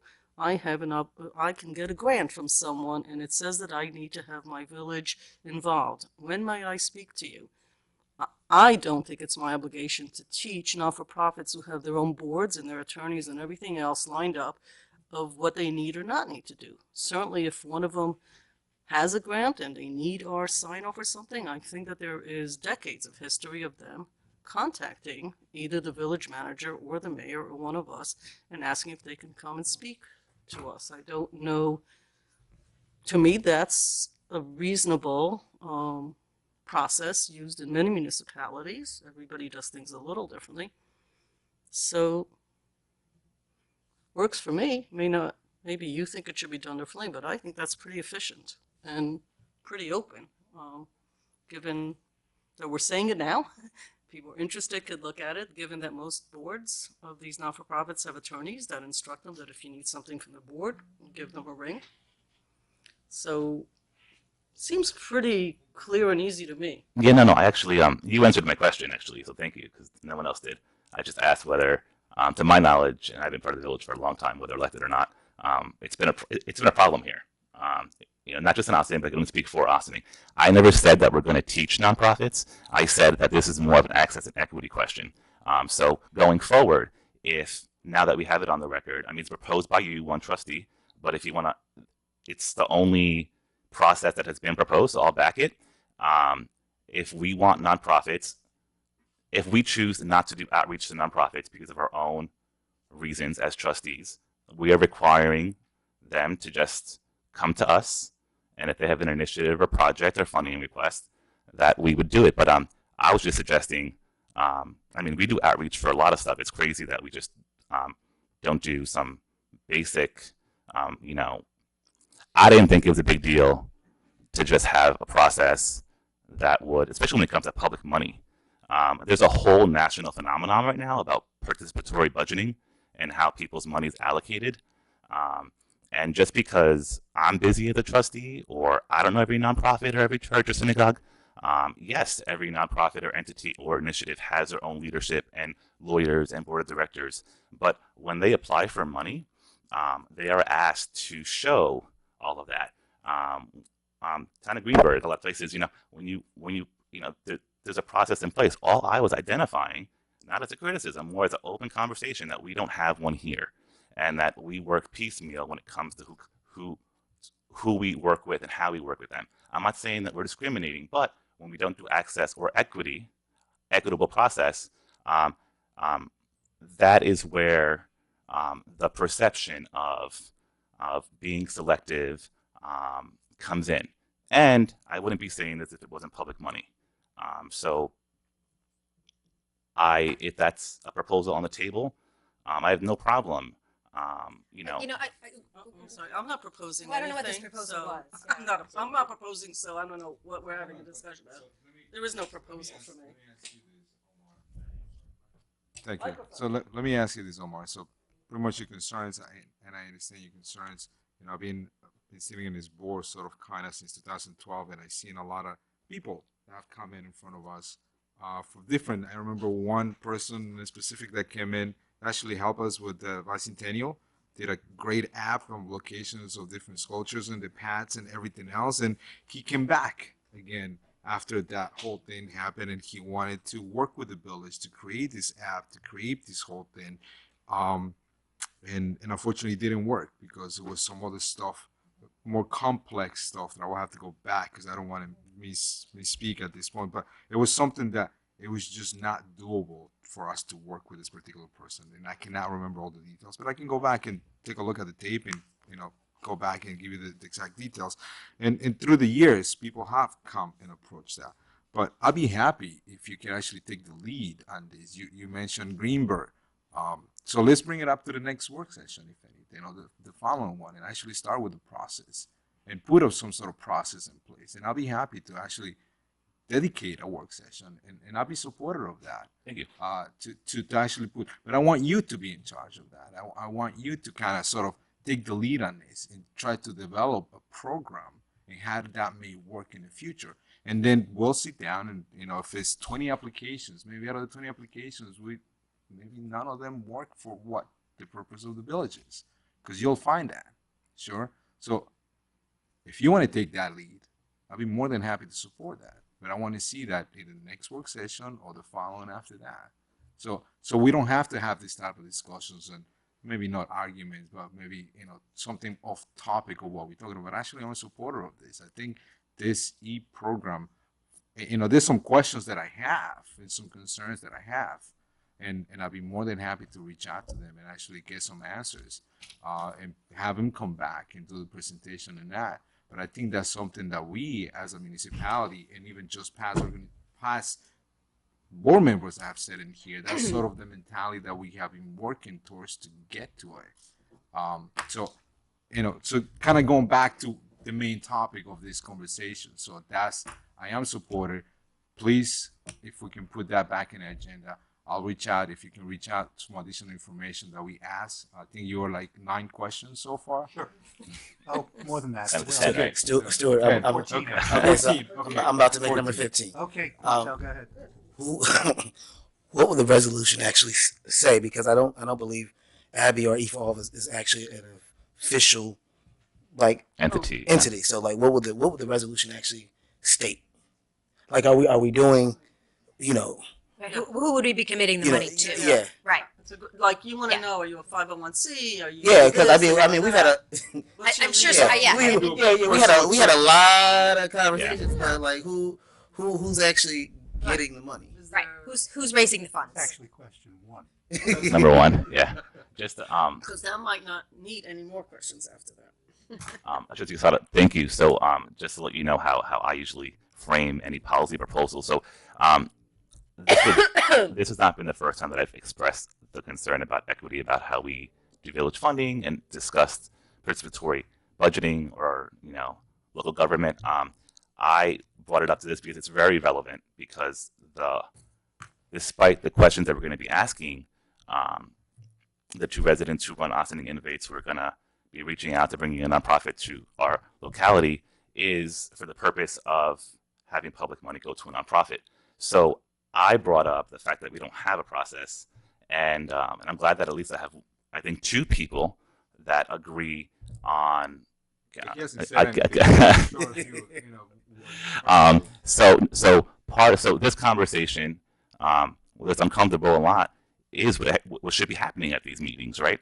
Regardless of whether I don't have an actual policy about it today. Now I have a potential 3-member, you know, launch committee to, you know, experiment and really see. Don't put me in the mix. I'm supporter of your idea, but I want you to do the homework. Because when I have done stuff like that, when I have brought things to the board, yeah, you know, I actually go back and do the research first. I want to make sure the municipalities have their hard work. I talk to them before I bring anything up. I have done that homework. I sit down sometimes with Stuart to make sure that whatever I bring is actually legal in a way that we want to make sure that it's, legal in the sense that, so I'm a lawyer, I learned some stuff over the weekend in regards to how that should the process. But anyway, but I want to make sure that we are supposed to do the right thing for whatever law that we are trying to, or whatever program we are trying to put in place. So that's the homework before I even bring it back to the board or even back to the mayor to actually sit down. So that's the process, and you can. I'm more This than particular happy process, and that's fine. I'm more than happy to put my 2 cents on it, but I don't want to do the work. Again, I have a bunch of committees that I'm part of it. Yeah. I do a couple of the stuff. So if I want to bring something up, I'll do my own research. I'll do all my work, and then I'll bring it to the board. So I want you to do the same thing, So, and then I'm supporter of that. when you do agreed, that. and thank you. It's rare to hear, so I appreciate that. So we have had numerous initiatives and policies that have had a lot of subjective data and analysis, and this particular item is very rare because it's pretty philosophical about how we want to spend public money, particularly in the nonprofit entity. That is more of a discussion amongst the board before any proposal can be written up. I wouldn't even call it a non-for-profit. Like, I don't even know if this is a non. Well, it doesn't exist yet. Yeah, yeah, It doesn't this exist is yet. a- But, So, yeah. well, the Ossining version of it doesn't exist, but the organization exists, and it actually does have a proven success record. We wouldn't be a pilot; we would just be, I believe, the 7th of this initiative. But I think we've talked about a couple of different things here. Just the E for All thing. Stuart has a list of at least 15 things he's going to talk to Abby about. 14. Anybody else on the board who wants to reach out to Henry or Abby this week would be encouraged to. Meanwhile, it sounds like Trustee Herrera is going to reach out to some other communities maybe, or look at some other existing models of how municipalities have a particular process for encouraging or processing requests from nonprofits that where if they have initiatives that will further the municipality's goals, that the municipality would want to invest in those initiatives.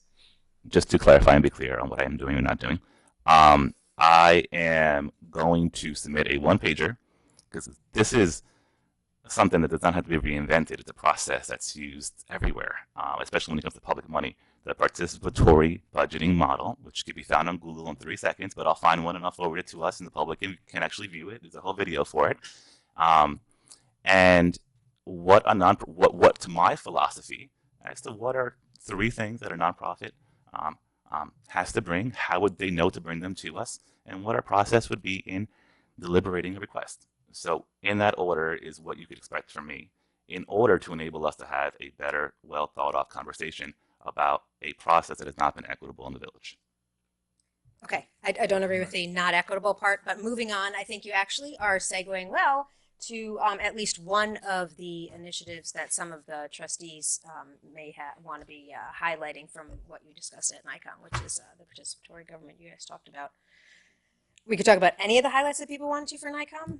4 of us, Trustee Bazemore, Trustee Quesada, myself, and Trustee Levin on the board, and our Corporation Counsel all spent 2 or 3 days up in Cooperstown at the NICOM annual meeting, which is, it is the annual meeting. We got a newly elected leadership in NICOM, but really the focus of it was a bunch of different workshops. And I wanted to give everybody an opportunity to tell us what were your big takeaways, things that you think we may want that are either going to change the way you do things, or that we might want to be looking to discuss for later this year or next year. I'm afraid if you start, Stuart, we're never going to get to anything. That's my only, You guys go. Well, Stuart does it, he has a different approach. He has a different focus in his. well, there were a lot of great programs, actually. Sure. Some of my favorite speakers. Bob Freeman was there. Wade Beltramo, I got to hear twice. Yeah. Some. Oh, you were looking for the schedule? I might have Yeah. So who's starting? Are we doing alphabetical? Does it matter? Whoever wants to jump in. Yeah. The first thing was did anyone go to the CFA one? Because that was, I think, the first thing on Sunday, if some of you went. I know, Quantel, you and I were at the immigration. Yes. Go to church. Talk later. Okay, I'm just going to start. You can Go for start. it, please. Okay, I don't really, the order of what we went to and went. So last time I went, it's my second time. It's a really interesting conference in that there are some large municipalities. So I got a chance to speak to the mayor, I'm sorry, trustee in Freeport, Long Island, 60,000 residents. So they're in their waterfront, and they've done some really interesting work on the waterfront, and they've done multiple community projects. So some of it was the classes, which I will talk, but some of it was the opportunity to actually meet different people, different times. So that's why I want to start, because I think relationships actually garner you as much golden nuggets at these things as the classes themselves. So have a good night. And so she was sharing with us, grants are available for waterfront project. They're on the Sound, versus, where we are. So they've tried the trolley, didn't quite work for them, and she gave me reasons. So there were some interesting pieces. For me, it's always interesting because so much of New York State, unlike this part of New York State, has towns that have fewer than 1,800 people, including Cooperstown, which is where we were for this particular conference. And those are the villages and towns that struggle. So what I always learn, and it always reminds me, is the importance of volunteer fire departments. And there was some conversations.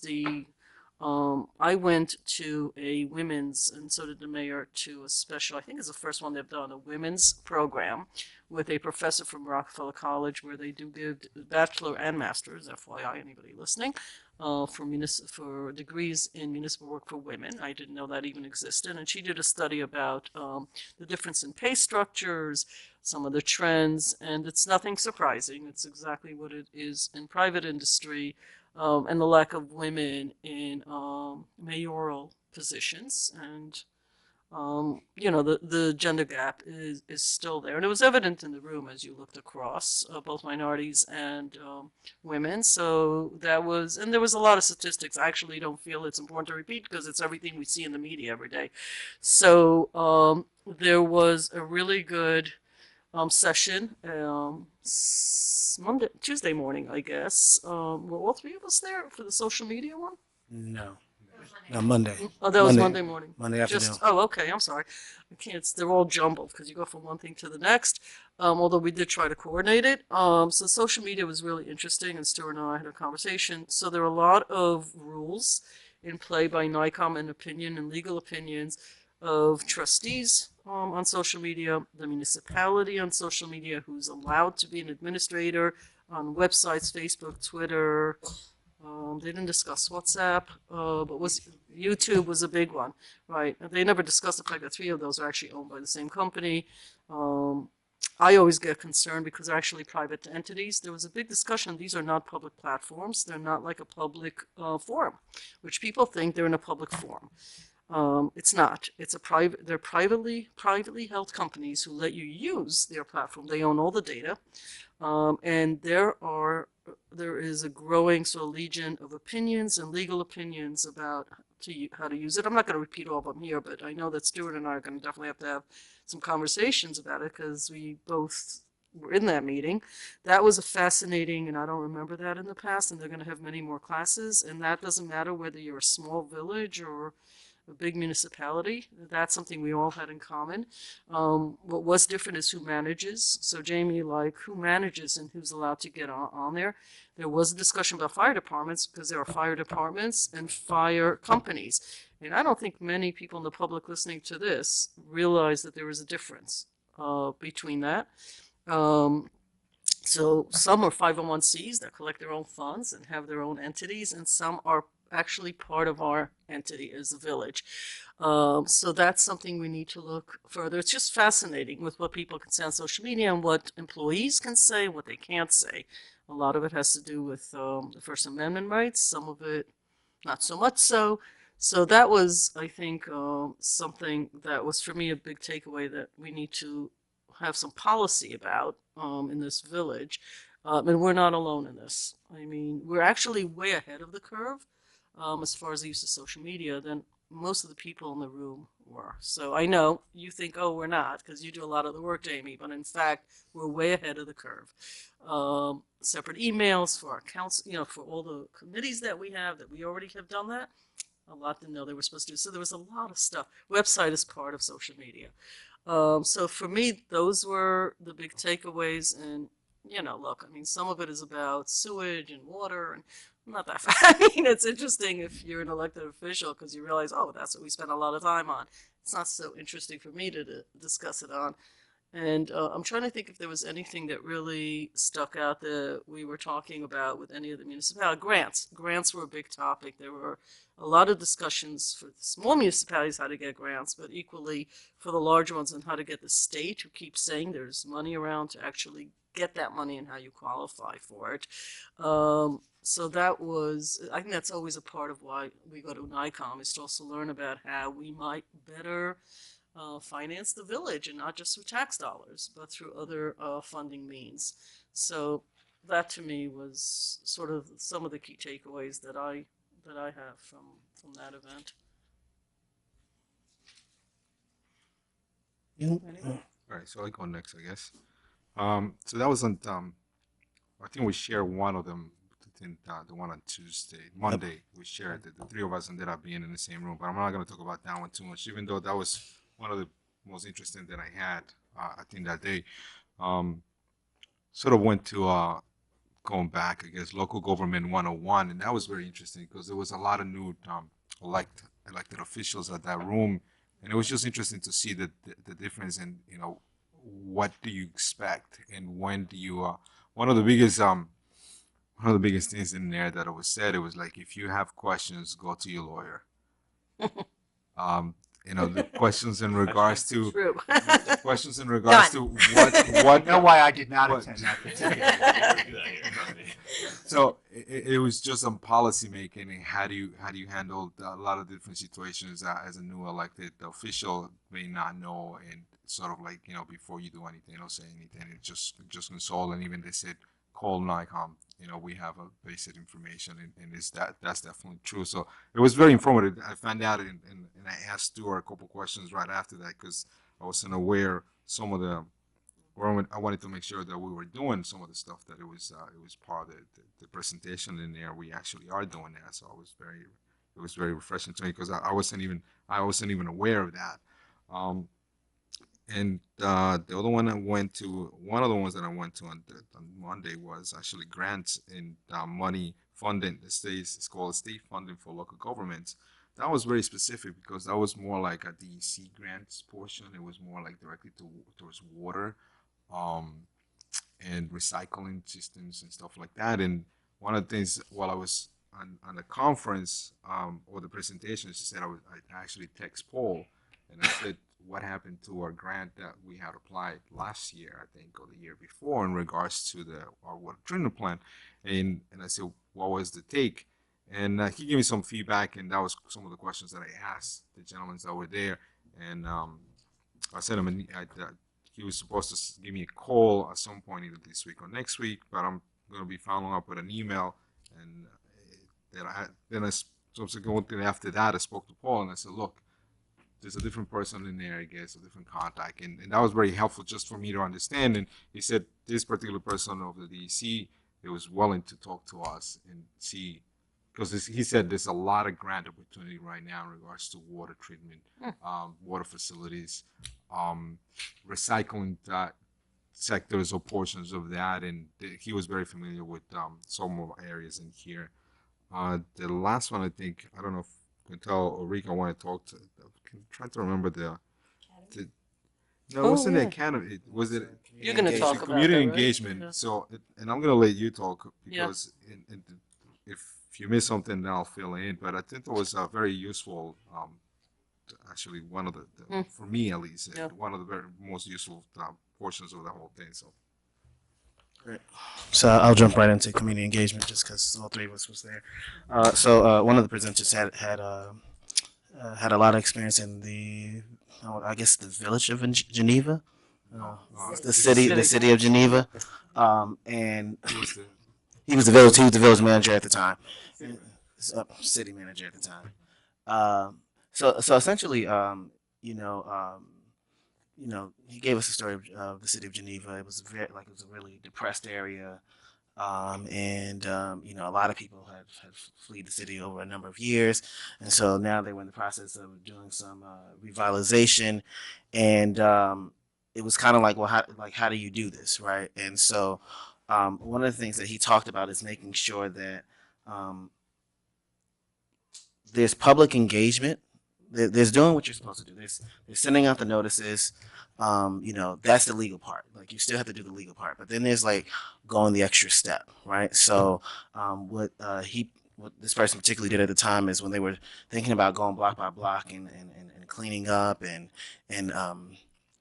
for him the key thing is that streets change when the neighborhood comes together, and so he basically each neighborhood formed a neighborhood association. Now, and the way that they did that was that they actually left Village Hall, right? So they didn't assume that, hey, this is Village Hall. We're just going to sit here in our offices. They made sure that they made themselves accessible. They got a spot in the center of town. They made sure that they worked evening hours. So again, it's not just when you want to be accessible. Saturdays as well, right? So if we know that most people work in the evenings, we're going to have evening hours, right? And so and for like a whole year and a half, this person really, was there to answer a lot of questions. Different people started to come into the office, and so this is how it happens. This neighborhood comes in, and you see this neighborhood getting this, and then someone says, well, why am I not getting it? And then once they come in the door, so basically you would aid the neighborhoods that are very much interested, right? And then as people start to say, hey, my neighborhood needs a little loving over here, and they would actually come in and you start building neighborhood associations, right? So there was an incident where there was like some vacant land. Community members decided that, hey, we want to actually maintain this, right? Like this is looking bad, right? And so that neighborhood association decided to come together and fix up the park or this sitting area. So again, the biggest part was making sure like that community engagement is literally a part of your culture.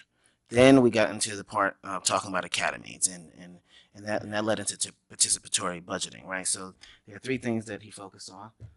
So Tom is like our comptroller, our treasurer. So the comptroller of that area, they call him the comptroller there.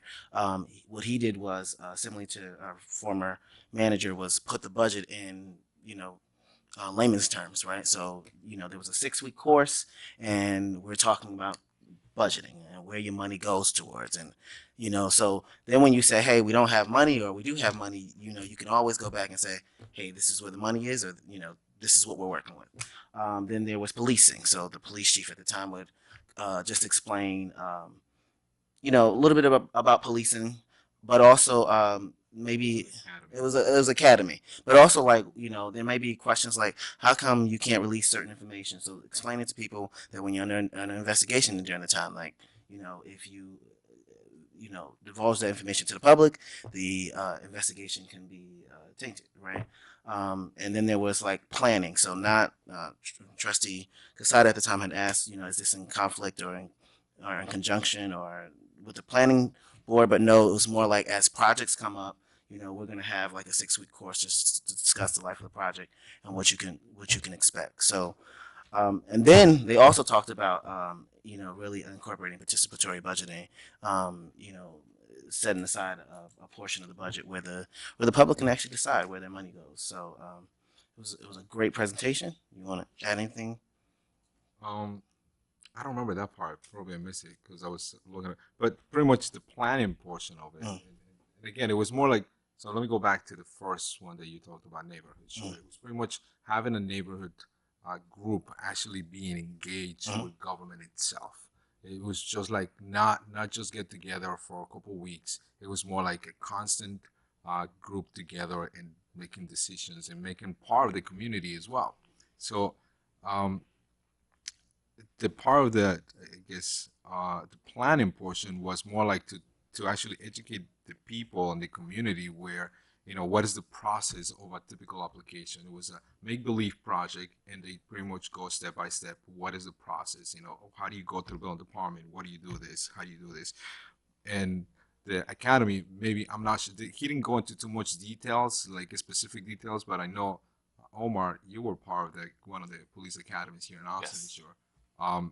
So to me, what was interesting is through the years, that I've been part of government, we actually have done steps like that because I was part and I put a lot of the stuff together for a building department, planning department, and assessor's office presentation that we did a couple of years back, and I still have that all that presentation that we did. So we have done similar things like this. We do have a police academy that has the chief has done.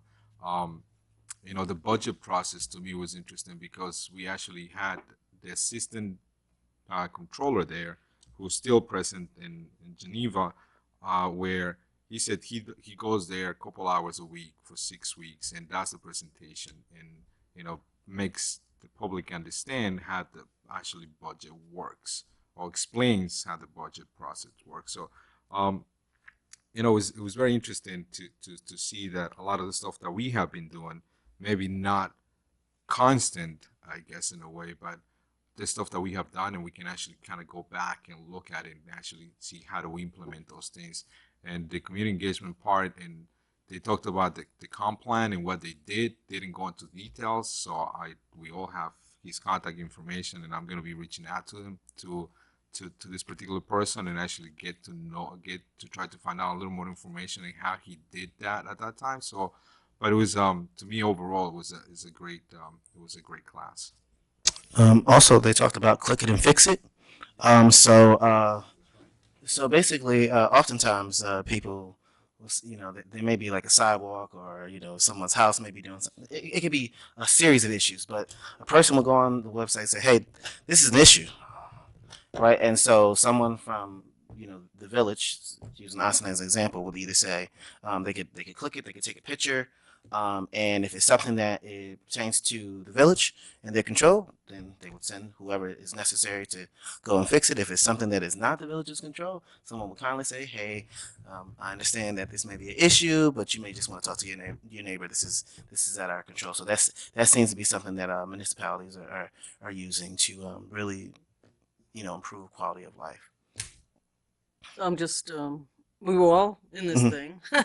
And so I think I distinguish between examples that they gave and the fact that they've now become consultants actually in this as well. So part of it, just to put in perspective, they did put out huge call outs to get community involvement. I wasn't disappointed. I was maybe a little surprised. They got 15 to 18 people on the average for an academy because one of their things is this isn't a place to come and complain. They call it an academy because they actually have classes, right? What did they say, 2 hours or something? 2 hours, yeah, for 6 like weeks. every Monday for 6 weeks because they want to take an example of a project. So why is there a zoning board? How do you present it? Why is there? So that people will go, oh, that's why they have all those boards. That's why they're quasi, because you can't just say that. And it wasn't, and the feedback was really in the class formats. It's very modular and templated. So it wasn't like people can come in on the 4th session and complain about something or just have it was really the reason they're calling an academy, which I thought was the most interesting part, is they've come up with modules, which I think they only do once a year. They do these it like things. once or twice a year. So I was sort of listening for that and saying, how might we do something like that in the village? Like, what would be a topic that we could try and modularize for like 6 weeks? I personally will be going to that because I find it's taking me a long time to figure out how a development goes from A through Z. I find that not so easy to understand. I would actually go. And by the way, they could take more than 15 to 18. That's all they got. They got like 20 and then 2 or 3 would drop out. And there's a commitment that you'll come like you would to a class, which I just thought if somebody has modularized it and is dealing in a bigger picture with an arc, with a purpose, and it's the same group, so there's conversation. I guess when they get out of there, they not only are more educated about it, they're also getting feedback as to what some of the questions people have that they can then take and say, okay, so we've got to address this because no one understood X. So I love the academy idea for us. And we were talking about that afterwards. And yeah, I need to call them too because there was, you know, you're only there for a limited time. Lots of people had questions. So I think it's something that we are going to follow up on. I mean, I think right? That was yeah. So overall, though, one of the things that they had spoke about is like once when public engagement becomes part of your culture, whether it's anything, any kind of new initiative that you talk about, once you start and you bring in the public from the beginning, Sometimes your idea, we in the village may say, hey, we're going to do this. There may be a better idea. And so you can kind of explore that in the process. Sometimes you have an idea and it may not change, right? So it's not to say that,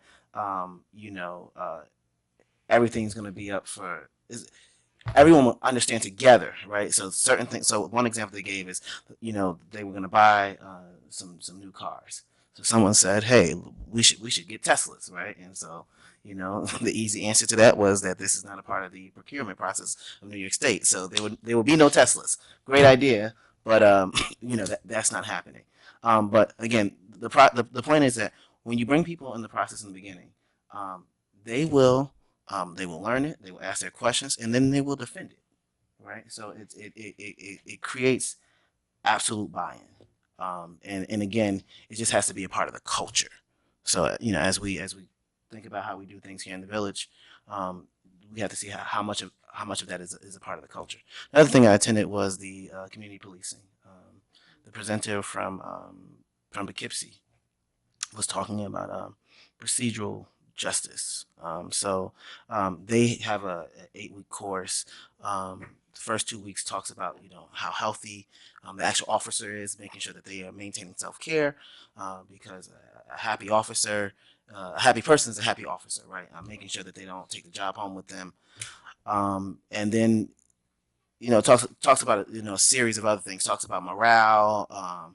Talks about they in Poughkeepsie they partnered up with Maris to do a survey, right, to see what is the public's perception of the police department up there, and then also among the police officers.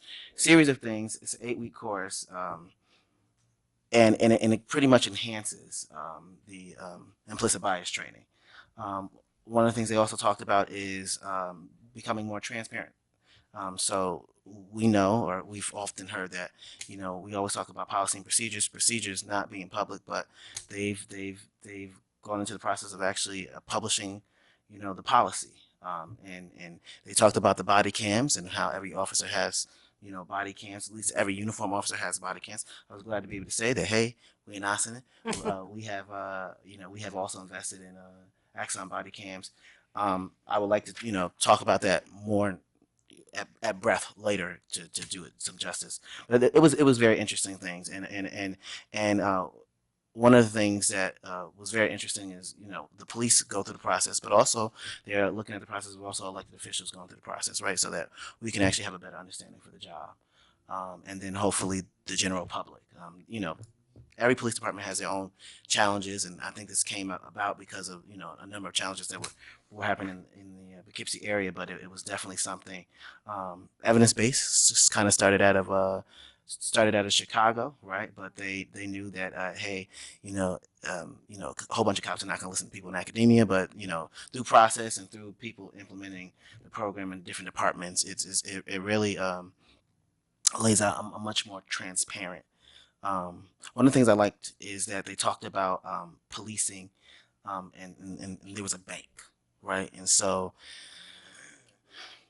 every time, what the lieutenant was saying is that every time his guys go out, he says, understand that every time that you do something well, right? When you follow the golden rule, treat others like they want to be treated, like you are depositing something into a bank.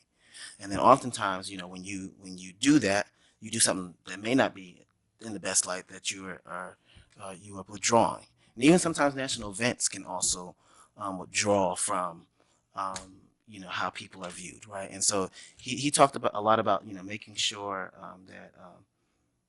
that police are legitimate, right? Like there's been an issue nationally about how people don't find officers like a legitimate thing just based on number of series of issues. And again, I want to come back and quantify this in a better way to really reflect what was taught. But it was a very impactful presentation. And then me and Stuart, we happen to be in immigration, and I'll let Stuart talk all the lawyer stuff. But as far as like sanctuary cities, what local municipalities can do, what they can't do, what they should be mindful of. Mayor, we spoke about the license plate readers and just overall how municipalities should be very careful and really understand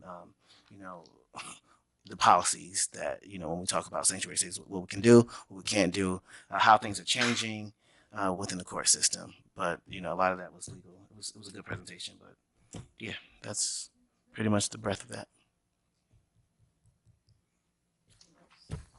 Stuart, did you want to comment on immigration or other topics? Sure. As Trustee Bazemore said, we both attended the immigration, which was a professor from Albany Law School. And what Albany has done is they actually give out white papers that you can get online on different immigration topics. And there's one thing I learned, terminology is really important. Absolutely. How you refer to people, you don't call them illegal aliens, you just, how you, who has work status. You'd be surprised that most people who are here, either, legally or not, actually do have work status. And, remember, it's not a crime to be here illegally. And they went through the, the different things and how villages and municipalities can act. You have a lot of places that call yourself a sanctuary. Realize that doesn't mean anything at the end of the day. It really doesn't, because every day we are providing information to the federal government. If we arrest somebody, they're being fingerprinted, that immediately goes to the federal government. So those things are known. Now, the state recently promulgated certain rules that, ICE is not permitted in courthouses. But that's expected to be challenged and likely will be challenged by the federal government. But, in terms of the different levels as to how the police act. But one of the important things was really at the very end dealt with the issue of licenses and public benefits. You cannot deny someone a license because they're not a citizen. But interestingly enough, if you look at our code, we actually have one or two sections which specifically call for people to be citizens. Even with regard to hack licenses, you're not really supposed to distinguish that way. Because if you do, you will run yourself potentially afoul of the Constitution. Because you can't just basically say you can't distinguish in that particular way. But there's a whole thing like that, and I'll go into that further. I attended a seminar with the General Counsel of NICOM on Airbnbs. Oh, yeah, that's which right. was, I forgot about that one. Which was very helpful. And I know I got some questions on that today, but Airbnbs open up whole other issues. There's an interesting question as to whether or not you want to be under the multiple dwelling law, which this village is not, and is not required to, but can adopt if it chooses to. There are villages that have done that.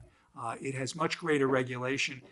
The one advantage to the multiple dwelling law is it explicitly prohibits Airbnbs effectively, and puts them and creates a whole different regulatory area as to what they have to do. I know and it wasn't at NICOM, but at the quarterly Corporation Council Roundtable we have at PACE, we had some folks who were talking about what they're doing in Beacon, which has a large Airbnb. They essentially require sprinklers in most of their buildings that are used as Airbnbs to basically mandate beyond what is part of the state. But then we got into a whole discussion as to what kind of inspections. Can you distinguish between an Airbnb versus a regular dwelling in terms of the type of inspections, in terms of constitutional prohibitions? Obviously, what you do in a common area is different than what you can have in a particular someone's home. I then attended adult use of cannabis, and what will happen when the state most likely passes its particular regulations. One thing that was pointed out is all these municipalities that are now passing regulations to prohibit it, the sale, distribute, whatever, within their locations. Should the state do something, those will all probably go by the boards, because the fact is the state's going to preempt the entire field. But there are questions to be asked in terms of zoning. There are questions to be asked in terms of cultivation versus sale versus distribution, and what do you want in your particular location. The governor's bill is different than the legislature's bill, so it's something to figure out. There's also the whole issue of what do you do with hemp, which is simply cannabis with very little THC, or what do you do with I think the CD, I forget, it was a CBD, which is out there as well. I attended a session on impaired employees. That was not employees who are just staggering around, but it's employees who either would first apply for FMLA, then they have their own disability, who's covered. It's important that while FMLA in the private sector requires an indication. Which is the Family Medical Leave Act? Yeah, Family Medical Leave Act, I apologize. That under the, in the private industry, the size of your business is critical. That is not the case in government. Any size government, you have to be covered under Family Medical Leave Act. And regardless of if you're part-time or if you're full-time, what's interesting is in Family Medical Leave, you can actually split up your time. You could do it an hour at a time. You can do it 30 minutes at a time. And one of the questions asked is, okay, I have an employee who drives a street sweeper. Can he literally, in the middle of his shift, say, you know what, I'm having a migraine, I'm taking my 30 minutes of my FMLA leave? The answer is probably not, but there were things there. Also, in terms of FMLA leave, Family Medical Leave Act, where you're caring for a relative, has to be an immediate family member, and it can't just be that you're simply going to visit. You actually have to provide the care to that individual, actively participate, in that, and regularly engage in that. There was an individual who had spent 2 weeks of what he thought was Family Medical Leave Act leave to essentially get his house ready for his severely ill daughter. Those 2 weeks did not count towards FMLA, but the time of actually caring for does count. And it's just, things to know about that. There was also a discussion about, the Americans with Disability Act, known as the ADA, and you need there a qualifying disability. It does not fully overlap with the Family Medical Leave Act, which is something that we learned. I then attended a seminar which only geeks like me would enjoy, and that was on procurement. But actually, the room was. Tom says he's a geek too. Tom Yes. was there. Well, actually, we learned things, and I've had a discussion with Tom already because there are certain things we may have to deal with in terms of our annual procurement policy, specifically as relates to professional services and what has to be in there. And we had someone from the state procurement office who was also talking about the different state procurement plans that are out there. And finally, as Rika mentioned, we were at the social media policy, which was, very interesting. I don't recall that they had one this detailed in the past. Wade Beltramo went through a lot of stuff. One of the critical things is to get the terms of service of the different providers you are using, because it's very important.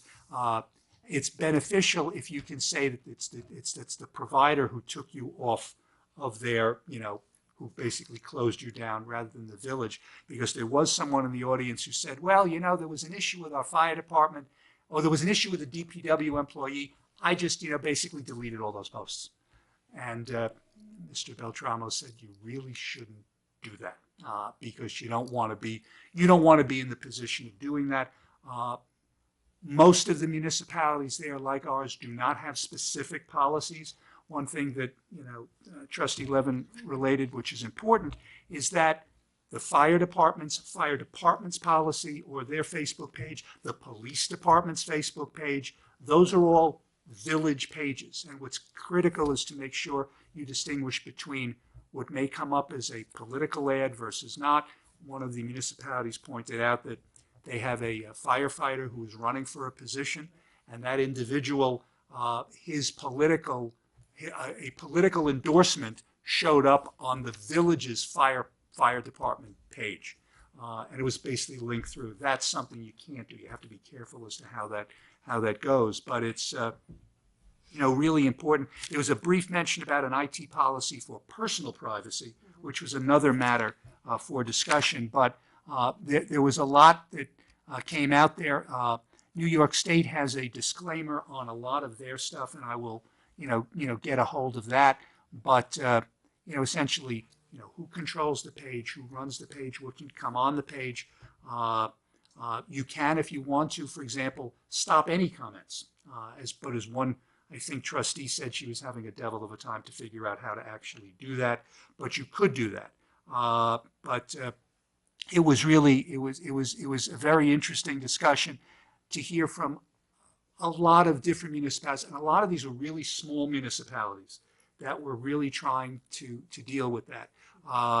It was made clear that you want to have village email addresses, or if it's not village email addresses, everyone has a Gmail address, but to try to avoid personal email addresses with regard to those things. So I was at last year's. This year's was literally just as informative. I have downloaded all of the materials that were also provided for the attorneys who got continuing legal credit. So if anyone wants to see those materials, which go into further detail, and there were other ones that I was unable to attend on telecommunications and things like that. So I have all of those.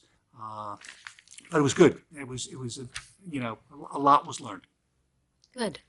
I'll just add a couple of small things to the many ideas that were shared tonight. There are a couple of things that the mayor of Ithaca spoke about, which continue the concept that you were talking about with the academy and with the participatory government and public engagement. And it boiled down to make the people of your community feel welcome. Make them know that you want them engaged and you want them to stay in your community. We've talked about a language access policy, but we haven't actually considered any particular policy. On a couple of occasions, we've borrowed headsets from the school district and had a translator present, particularly as we embark on the comprehensive plan. I mean, really the first stage that Trustee Bazemore and I have been talking about with Pace, who's helping us with the outreach, and Tracy, obviously our planner, is it's not the same approach we were thinking. We were thinking we wanted people with all kinds of land use expertise and experience in our land use boards, but really phase one is who are the people who are going to connect us to the community? And then what are the other, what this made me think about is what are the other things that we can do right now, which is, and Jamie, I know that you've looked into the potential for the village buying its own headsets for translators, or if there's other technology that's out there now, whatever makes sense for us to invest in. We didn't budget for it, but I don't think we're talking about many digits. Did we? Great, even better. I don't know that I don't know that having a translator sit here with us in a work session would really be all that valuable. That's not where it's the most important thing. People can watch it with closed captioning if they want to.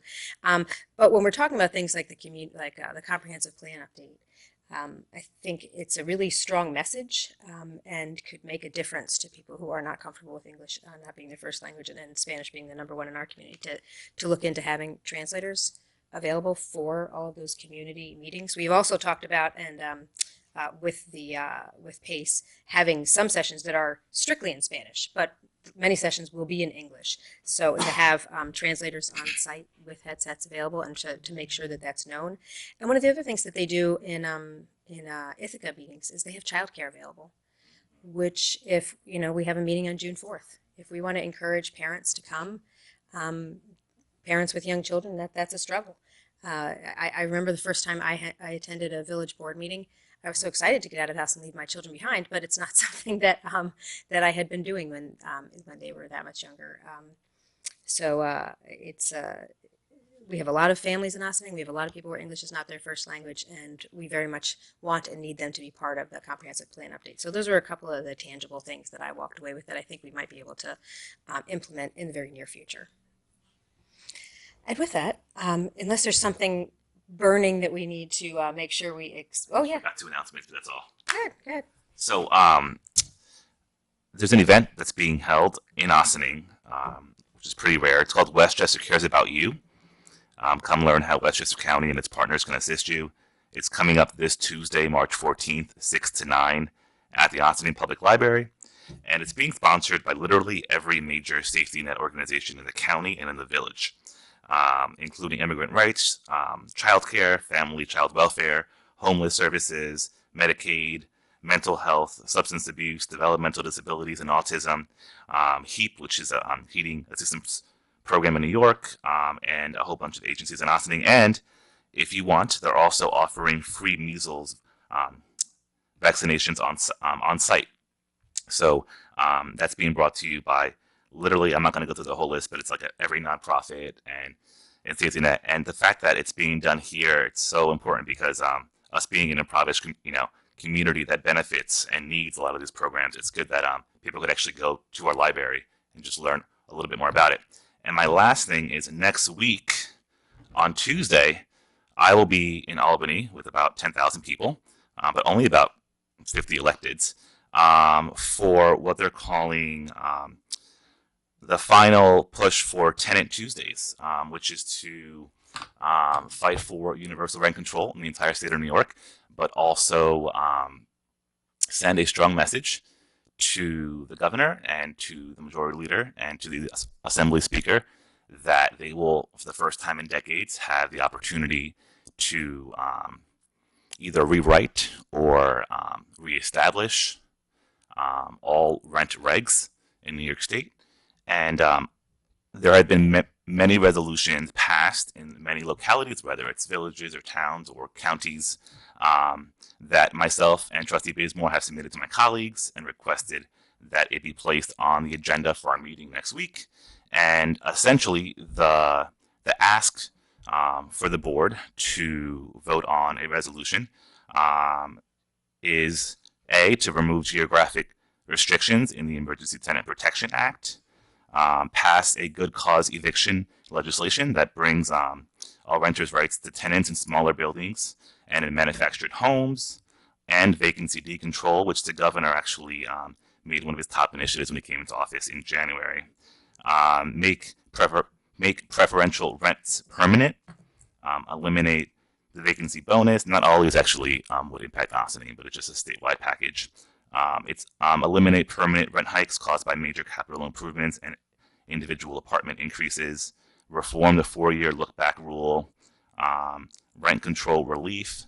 And for those who are watching and you actually want to know who's actually sponsoring these bills, who has signed on to these bills, which by the way, I'm happy to say has been the majority of at least the Democratic caucuses of the Assembly, Senate, and the governor, I would encourage you to either go on the Senate website or the Assembly site if you want like non-biased information that just kind of goes into the policy being proposed. If you want to learn about a perspective as to why I support these 8 pieces of legislation, I encourage you to go and visit www.housingjusticeforall.org. This is very important for Ossining because we're the last community statewide to enable ETPA and have such a statewide known conversation about it. So I'm happy that it's being highlighted, that a village is being highlighted on Tuesday. It's such a, event. Good practices, bad practices, how to make it better. And this particular board has been, whether it's any process of it, disregarding a position on it. One thing that I think that I heard a lot during the conversation was a lot of either critiques or concerns that the law should be better, or that it should reach more, or that it's not for all. So this should be one of the only boards statewide that should be so involved in finally addressing that, to really make sure that other communities like Ossining, when they had their conversation, can not have the same challenges we had and can be more successful in implementing a policy that should be pretty easy. So I ask that you follow the entire process. I will try to be on social media and on Instagram, Facebook, and I'll be joining Local Progress, which is a pretty big group of Westchester. It's a big contingent going that actually will be discussing rent regs in Westchester, but also what happened in Ossining from beginning to end, and how to move forward and where we're at. And this is, I think, 3 years of discussion analyzing this particular program. Now's the time. So I know that maybe, I don't know if you guys have been watching this, based off of all of your concerns. I don't know if you've been watching the hearings in the Senate, but I know that so far I'm the only one going as far as a contingent, I invite you to join me if you'd like. I could forward you the information. I know that all of you guys have a day job and children and responsibilities, so you may not, but many elected officials and parents and teachers are taking the day off because it's such a historic day in New York State. And us being who we are, being one of the only communities highlighted in the Senate and the Assembly on Tuesday, it's going to be pretty phenomenal because you're going to see the real estate lobby give their perspective of what happened in Ossining. Then you're going to see about 10,000 people and advocates and lawyers and thank God our majority leader and governor gave a different side of it. So stay tuned. I will hopefully I'm allowed to somehow, in a non-biased way, share the Senate, Assembly, and state link where people can just watch the government meetings. I don't know if I'm allowed to do that. I'm pretty sure I can because It's not political. That's government in action. I just wanted to make sure. It's a very touchy and raw subject still. So, Not at all. and then when it comes to all the other political and advocacy and position-based stuff, I'll just post that on my own, and hopefully other people in Ossining will too. But that's Tuesday, and then on Wednesday, the day after, we'll be having that discussion that I just highlighted, and hopefully taking a vote and moving forward or not. So, thank you. All right. Sorry. Oh, please. Great. Sorry about that. I was a few minutes late. I don't know. Did you wish everybody a happy Mother's Day that's happening? I didn't. I didn't think anything about it. Happy Mom Days. And, for those of you who are celebrating, for those of you that aren't, I do want to mention that while it's not Ossining specific, I apologize, but the government passed, there are lots of days, but with Mother's Day is the kickoff of the National Women's Health Week, and there are lots of programs. There's actually a website. If you just Google National Women's Health Week, it's a great way to sort of kick off both the spring, but also for women. There are a lot of programs about staying healthy. It is the 20th year of that week. There are lots of different programs and free events throughout community centers and gyms. I just encourage people to sort of take that opportunity in wishing everybody a happy Mother's Day who's celebrating, but also take the opportunity for National Women's Health Week and all sorts of programs that are listed all over the county. So I don't want to pick and choose where things are happening. I want to seem biased, but my thought is that for next year, I did not see a lot of stuff in Ossining for National Women's Health Week. In my daytime job, as I like to call it, or my mortgage paying job, as I also like to often refer to it, is we are doing lots of stuff in our community center, and it occurred to me after I've spent months on it that I was not smart enough to think about bringing some of these programs, many of which are free, to our own village here, and so I will add that to my portfolio of what I'd like to get done by Mother's Day of next year, or something I want to work on. Excellent. It's for men and women, by the way. I don't want to think, but it's considered National Women's Health Week. Excellent. All right. Anybody else? Okay. Yes, sir? I was just going to ask you want to do. I was going to say Could we executives. have a motion to move? It'll be lengthy, so let me just Go right do this ahead. so I don't forget. Can we have a motion to move into executive session for matters of personnel, litigation, which involves the matter of Eisman versus the Village of Ossining? Now that I have to put that there. For matters of real property, and for the Village Board of Trustees to act in their capacity as Board of Police Commissioners to discuss a personnel matter. So move. Second. All in favor? Aye. Aye. Sounds like an awful lot of things that we're just in favor of discussing till late tonight. But with that, we will adjourn to executive session. We will see you next week at the Birdsall Fagan Police Court facility. It will be there'll be a lot happening in that meeting. Some of it was referenced tonight, and even more than that, it's we're going to be honoring Boating Safety Week, and we have a regular full agenda in advance and as well. See you next week.